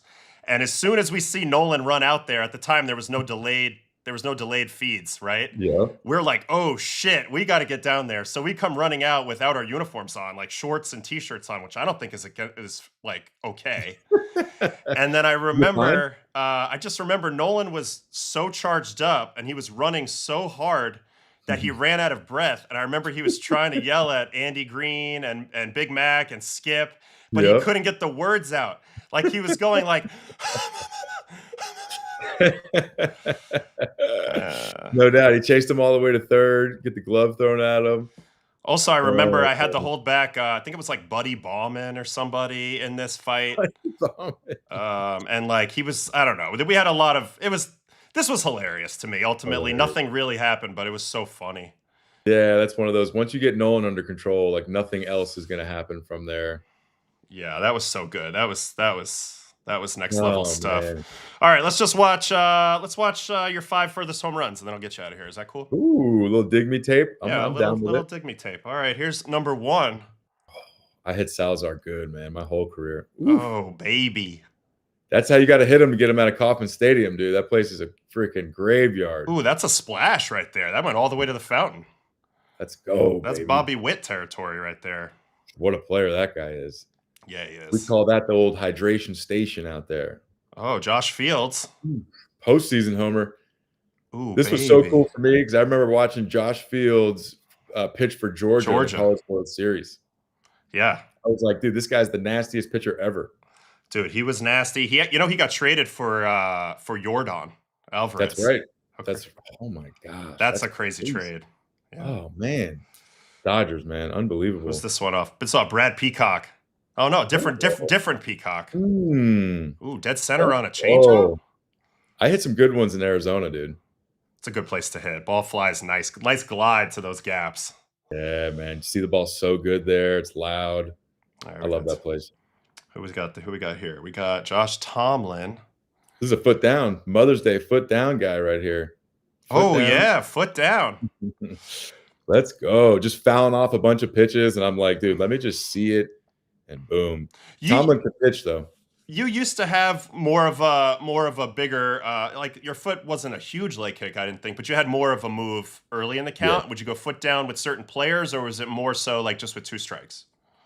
More so like with 2 strikes or guys I couldn't see, or man, like the thing with the leg kick for a hitter, when it's going good, it is lights out. But when you're not, it's hard to balance, man. So just trying to get some balance. Oof. This one's left center. That's a nice one. I was going good then too. I think this is my free agent year. I was just crushing. That was 17, right? 17 was your best year? Yeah, 17 was my best year, man. I was pretty locked in for all of 17. Yeah, I was looking at that actually a little bit just on your stats. I was curious because like I also had my best year in my free agent year, right? Like I also and it wasn't that I trained harder or anything. It was just like there was some sort of edge there about I was a little more diligent probably of playing the game pitch to pitch that year and not getting in my own way. I don't know if you experienced anything similar to that in your career year. Yeah, same thing, man. It's not like that off season. I wasn't like, all right, man, like it's spring or it's free agent year. Let's do something different.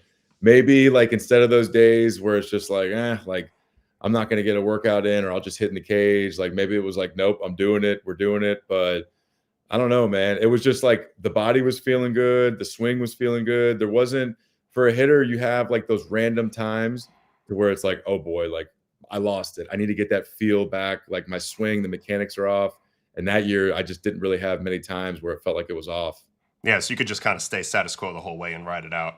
Yeah, man. That's nice to have. That's like what I always admire about guys with their foot down, man. And when I look at Ohtani, that's why I'm like, dude, this is going to last forever because it's so easy to hit with your foot down. Everything's ready to just fire as you're reading the pitch, man. Like, I don't know. Once I started the leg kick, I felt like I could never really get the foot down approach going again. So I wish I would have just stuck with that my whole time. It's interesting because like when I've been watching hitters on my stream during the season, you know, the guys that have pole-to-pole power and don't have to create it Like they usually find a way to settle into a really efficient move. Like they don't do a whole lot. They just get the hands in position and they fire. And Hmm. ultimately that serves a bunch of purposes, right? Like you're a little bit more ready. You can see the ball a little deeper. You don't have to worry about getting out and around everything for your pop. So you don't Yep. have to cheat as much. Like those are big deals. And I feel like a lot of people go to the leg kick because they want to create a little more force. But that sets off a trade-off, right? You're creating a little more force, but now your timing has potential, at least, to be thrown off a little bit by certain pitchers. So I don't know. I Yep. felt like that's kind of the give and a take with the leg kick. Yeah, well, as a hitter, you're trying to basically buy as much time as you can to read the pitch, see the pitch, and to generate more power. You obviously like want to generate more, so you got to get it going a little earlier, so you can't really see it as deep, and you can't, see it as long as you want to.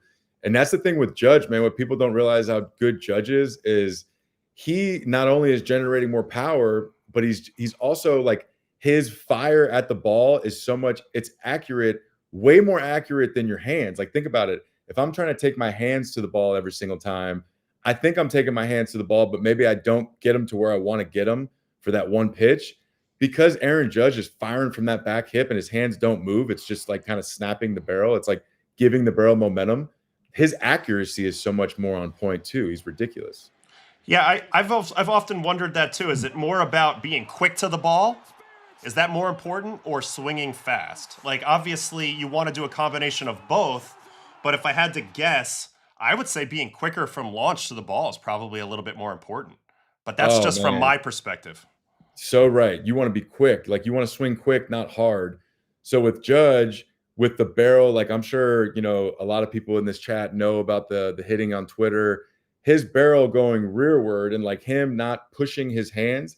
Because think about it, you're pushing your hands this way, you've already lost this much barrel depth or this much time and space to see the ball. So him creating the barrel to go this way is now he's getting way back here and he's like time and hitting like this much space and that much time allows him to like make better decisions and fire off his swing so much more precise than anybody else because it's like JD Martinez said, you're trying to basically give yourself the biggest margin of error to find the barrel. And when you look at Judge, man, versus the hands going this way to turning, that barrel is all up in that zone for a long time, dude. Yeah, it turns. You're able to kind of lag it back too and still connect if you're late and send it to right. Yes, dude, exactly. And then think about it. He can keep going. And then all of a sudden, if he wants to stop his swing, his whole body is in sync. So he just shuts down his body. With your hands, if I'm going there, I can't shut down my swing, man, because my body is not supporting my hands pushing forward. So he really has found a new style of hitting, man. And it is what I love about him too. And what I love about like the nerd in me in baseball, like guys like him and Devers, they go one off season and it's like, yeah, they can't hit the fastball up. They're vulnerable, whatever. He's hitting 150 this year on fastballs up, doesn't slug. The next year they come and they're hitting 400 on that pitch. So like they've made the counter adjustment. That's how good these guys are, Yeah, no, it's that's the name of the game. Getting a little bit better every single year, closing down your gaps. Mhm. When I first started facing Judge, you could mess with his timing a little bit, but now it's crazy because you would think you're trying to get him into a forward back, like I'm trying to show you 94 and then 78. But when the move is so subtle and you don't have to rush for anything, it's hard to get him way out front. So it's such a hitter advantage there. So true, man. You can't get a 100%. read on him. One more question from the chat. Did Boris ever have any fun Hosmer puns? Have Uh, you seen his puns for free agency that he had yesterday with the Brexit for Bregman and all the P's for Polar Pete? oh man, the dad jokes. I guess now with kids, I'm starting to appreciate those dad jokes a little more. So when I signed with San Diego, that was when like Tatis and Urias and all those young guys were all prospects, Mackenzie Gore, like Morihone, all of them. So he said that like San Diego was a hot talent lava of prospects. And like I was the one that was going to make it erupt, or I don't even know what the hell it was, dude. But I guess it worked. He tricked them into signing me for 8 years. So shout out to Scott. You didn't have Scott, did you? No, I didn't have Scott, but we got a kick out of it. The last 2 years, like just when he holds court and he gives his little his puns that he obviously has a bunch of people working on through the off season. I just find it so funny and so unique. So I don't know. Oh man, he's definitely typing in Chat GPT, like, give me the best 10 polar bear references you can give me, or something like that. Yeah. All right. Well, this has been great. This has been fun. We got to go take a little tour of your career, talk a little current events as well. So I really appreciate you joining us today. This was awesome. Love it, man. Anytime, dude. And I'm subscribed to the page now, and then let me know about this merch, man. I want to get one of those beanies, and I'm gonna show some support this time. All right. I got you. I appreciate you, bro. Thanks so much. All right, man. Take care, Adam. Have a good one, buddy. All right, great. I'll get you off here in a moment, and we will continue the show from over here. That was Eric Hosmer. He was great. Big thanks to Eric for joining us. That was really fun. I don't know. That was really great. He gave us an insight into so many things. He had such a unique career. I had a bit of information that I didn't tell him, but it was from Cobra in my Discord. Eric is the only player ever to do all of these. Win a World Series, win a WBC for the U.S., be on the All-WBC team, win a Gold Glove, a Silver Slugger, and be an All-Star. So he's the only player with all of those accolades. Now, granted, that's a little bit of a modern thing because the WBC's only existed for about 4 or 5 iterations. So obviously, the players that came before that time frame couldn't possibly achieve all of those at the same time. But pretty cool because he had a one-of-a-kind career. Once again, that's win a WBC, win a World Series, be all WBC team, get a Gold Glove, a Silver Slugger, and an All-Star. So very, very cool. Very, very cool there. And great to get his insight. You know, we don't get to... I tell you what I see from hitters, but that's mostly from a pitching perspective. It's a little different to hear it from a hitter, so that was really fun. And I hope you guys enjoyed that. All right, what else is there to quickly mess around on now that we've let Eric go? Probably not a whole lot more. We can go ahead and take another look really quick at these MLB first teams and second teams. I don't see too much of a quibble here. Overall, I do think it's kind of... I would have probably flipped Max Fried and Christopher Sanchez probably from 1 to 2. Other than that, can't really argue with Judge, Soto, Julio in the outfield, right? I think that'd probably end up being right.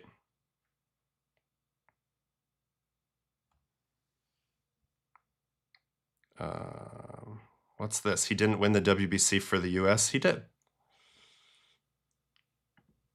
Oh. Is Ohtani... Ohtani would be would have all of these covered, but no Gold Glove. No Gold Glove. So, yeah, that makes sense. I didn't see it. Sorry, I was a little late to the chat there. I didn't see what you guys were talking about. I hope you guys enjoyed that. I had a lot of fun with that. I know that we don't have a ton of Royals and Padres people currently subscribed to the show, but, I mean, that was just good ball talk.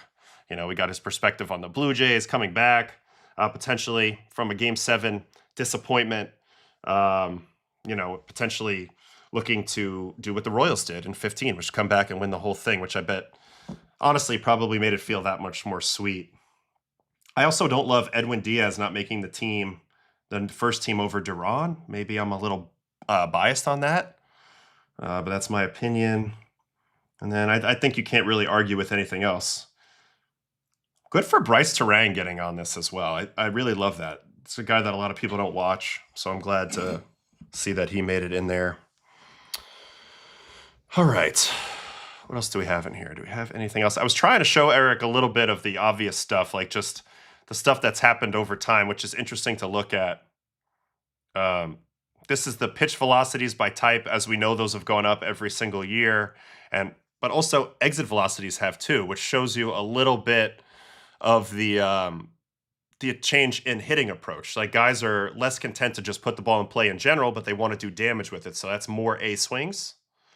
Sounds good. Question about Sugar coming on the show. Yes, we don't have the date tied down. He's in Vegas right now. We were going to get him this week, but he's busy.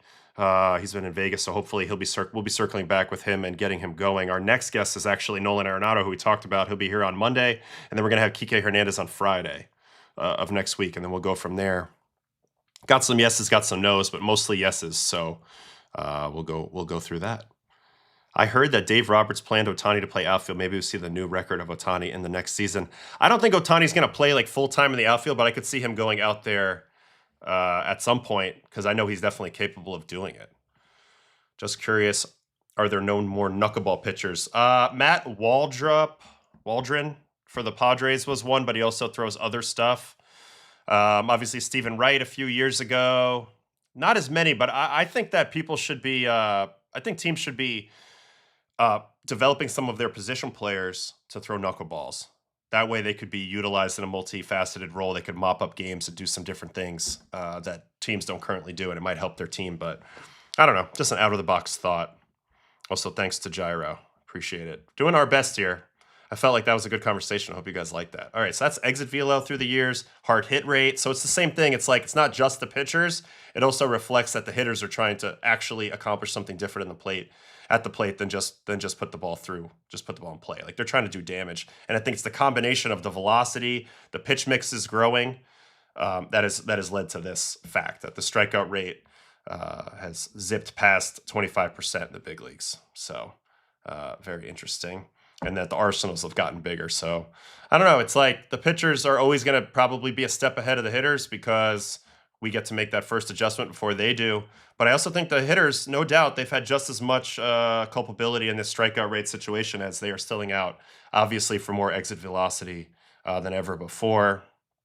And there's just some more boards about how every pitcher has more pitches, which we've known about for a while. So I just wanted to shout that out and point that out for a second. Let's go ahead and look at the chat a little bit before we say goodbye today. Knuckleballers needing their personal caddy catcher is a real cost to the team. That's true. Josh Tolley was the caddy for R.A. Dickey.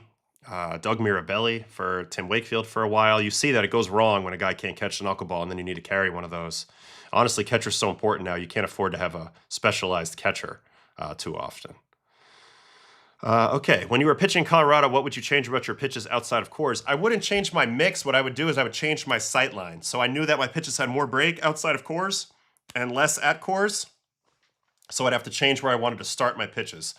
Like when I wanted to throw my backdoor two-seam to a righty or a front door two-seam to a lefty, which is the same pitch, away from Coors, I could aim a little bit more off the plate because I knew it had more ability to run back to the plate. And at Coors, I would shift my sights to pretty much right at the corner because I knew it wasn't going to run back as much. So it was a little bit more of a sight change than a stuff change. I think if I knew what I knew now, if I understood the science a little bit more now, I would have probably sprinkled in more gyro breaking pitches, which are the ones that spin with this type of spin, the clock spin, the bullet spin, because those pitches are less affected by the atmospheric conditions of Coors Field. But I didn't know that as much at the time, so I just sort of adjusted my pitches by feel and a lot less by science, if that makes sense. All right, here we go. Were your catchers able to adjust the target for you, or do you have to compensate for yourself? Typically, I would talk to my catchers about what the scenario was. And I think this is a little bit of a lost art. It's just communicating with each other, telling the catcher what you like to see. I see way too many pitchers that complain about what the catcher's doing without having ever told the catcher what they liked in the first place. So to me, that's a little bit of nuance there. Communicate with your catchers. Like when I'm running a team someday, communication is going to be so important. It's going to be stressed and encouraged that people talk to each other. People need to know what each other needs to succeed. And I think one of the biggest catchers' jobs back there is to make adjustments with their setup and their targeting to allow their pitcher to get in the strike zone and execute. So that's very important. Was there a park where I felt consistently had the most break? Well, Citi Field with the boosted wind, I would say, to some extent, but also any place with very low, at a very low elevation. So think Miami, which is like negative elevation, or San Diego, places right on the coast. Those are probably the places where I had the most movement on my pitches. And you always would know that. But, the funny thing about having a lot of movement, it's hard to hit, but it's also hard to throw strikes. So it's a little bit of a give and a take there. And that's something to note. Did I prefer the catcher target setup early or late? I think generally as early as you can without giving away too much of the location. I also don't, I've talked about this on the stream a little bit, I don't love all the glove dropping and then raising. We can actually take a peek at that for a second while we're here. We did a whole show where we looked at Gold Glove stuff, which we loved, and we looked at a lot of catcher catcher leaderboard stuff, and I can just show you really quick on the framing what I'm talking about with the targeting. So like Patrick Bailey, was number one. What did I just do? Here we go, Patrick Bailey. So just for example, when the pitch is low, like one of these, which we're about to click on here, watch the glove. So the glove comes down, and you see why they do this, right? The reason why is so they can catch the ball, meaning it on the way up. But me personally, if this is where you want the ball initially, like down and away, I used to like the catcher leaving their glove there because that gave me something to lock my eyes onto. As soon as the glove drops, that's useless, right? So if my eyes aren't still looking in that blank space anymore, it's a little harder to execute. So I preferred them leaving the glove there a little longer for execution reasons, but I also didn't want them to move too early to give the pitch away.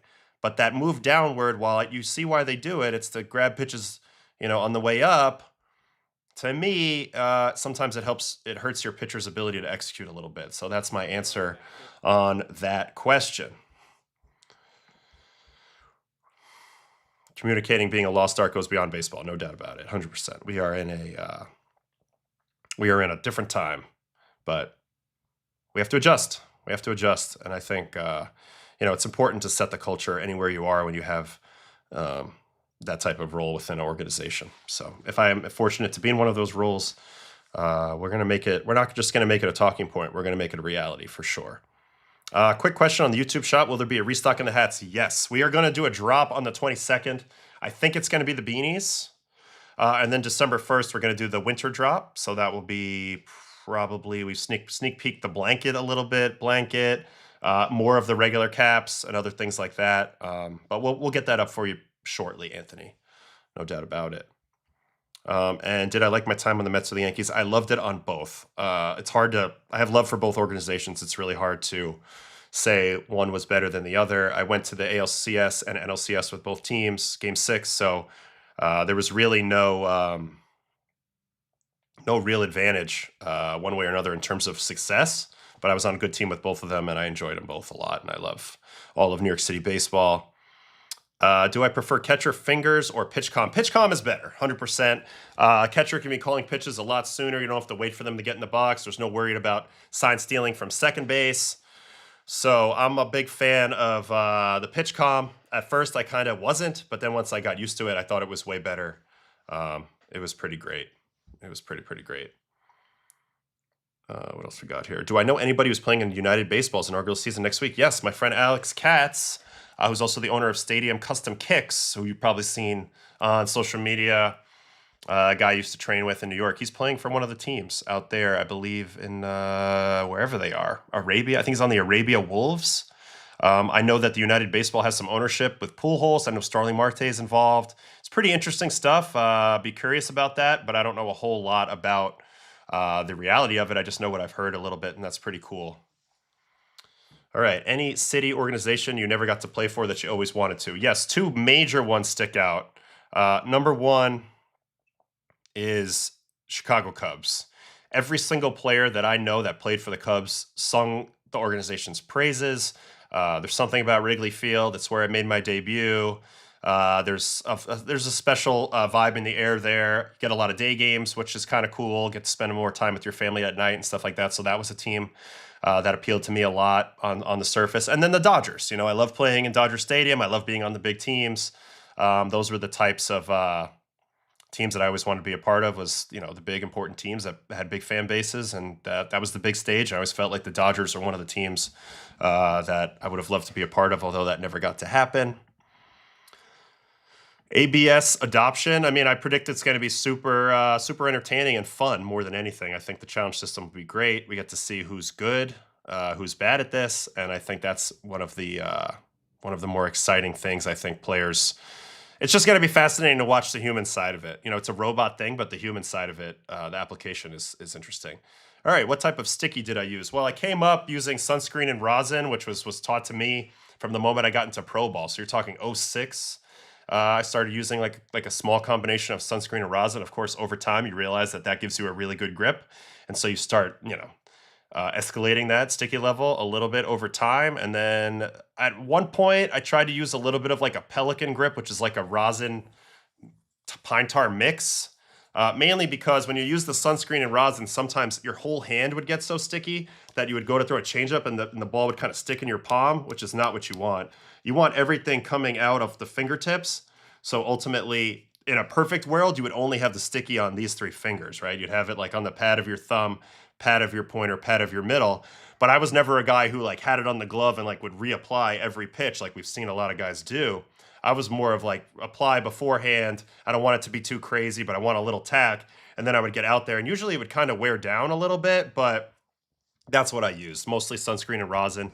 You know, you used to see a lot of guys who would have it all over their arms. So that was what I would do usually is I would have my arms a little sticky, not anything crazy, but then like I would get a new ball that was slippery back and I would go to my arm and just get a little bit of tack and then I'd rub up the ball with that tack and that way I could pitch.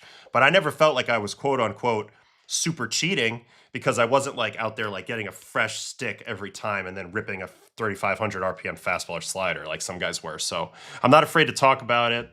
I'll always be transparent with you guys. So that was kind of the way it went. Have I talked to Seabass after the World Series? No, but we're going to get him on. I bet he'll be very excited to come on. I'm sure right now he's doing fishing and outdoorsy stuff, and they just finished playing 20 days ago or so. So we're going to give Seabass a little time, but we're going to get him on this offseason for sure. Let's see here.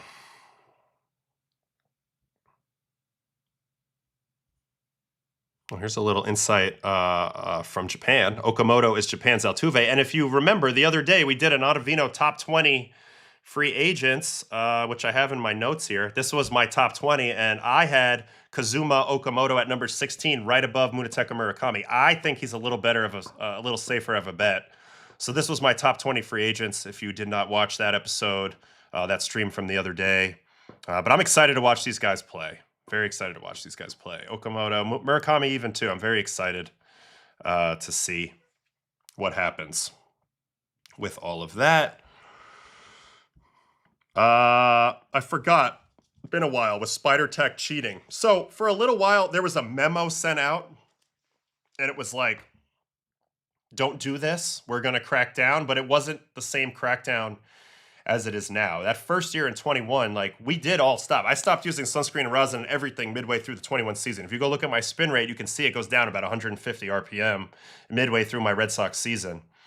But I feel like other teams did not stop because at that time they weren't touching your hand. They were touching your hat. They were touching your glove. They were touching your belt. It was super predictable when you're coming in the game how to avoid the checks. So some guys were just like risking it. They would have it someplace where it wasn't checked and they would continue to throw with the sticky. But I always felt like I owed it to everybody to play by the rules and to play with a level playing field. And once I was aware of the fact that my spin rate was a little boosted by my sunscreen rosin technique, I was like, all right, get me out of this. Hopefully everybody comes back. All you want is a level playing field. I never wanted to gain an advantage on any other pitcher. I just wanted to prove I was one of the best pitchers on my own merit. And also, you got to remember in 21, I was playing for Alex Cora, who had already been involved in a scandal. And the last thing that he wanted or anybody wanted was to get him in trouble again. Like, he made a mistake. He owned up to it. He was one of my favorite managers of all time, and I love him as a person, really, and I would never want to put him in a position to get in trouble again. I think that's how a lot of us felt. And so we went cold turkey, and like nobody did anything that second half of that season. The biggest spin rate dropper was Garrett Richards, and I remember him freaking out.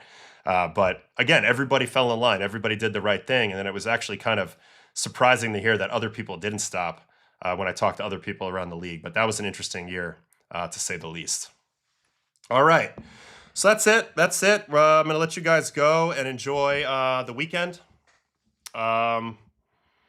Appreciate you guys hanging with me on Baseball and Coffee today. Had a lot of fun. Big thanks to Eric Hosmer. He was outstanding, I thought. And we're going to have Nolan Arenado on Monday. So get excited for that. We'll talk a lot of defense, kind of how he became who he became and his work ethic and different things from around the league, from around the time in the league. So I don't know. That was fun. So I'll see you guys next week, and have a great weekend, and adios. All right, see you guys later. We'll have a little Royals picture for Hosmer on the way out. All right, bye-bye.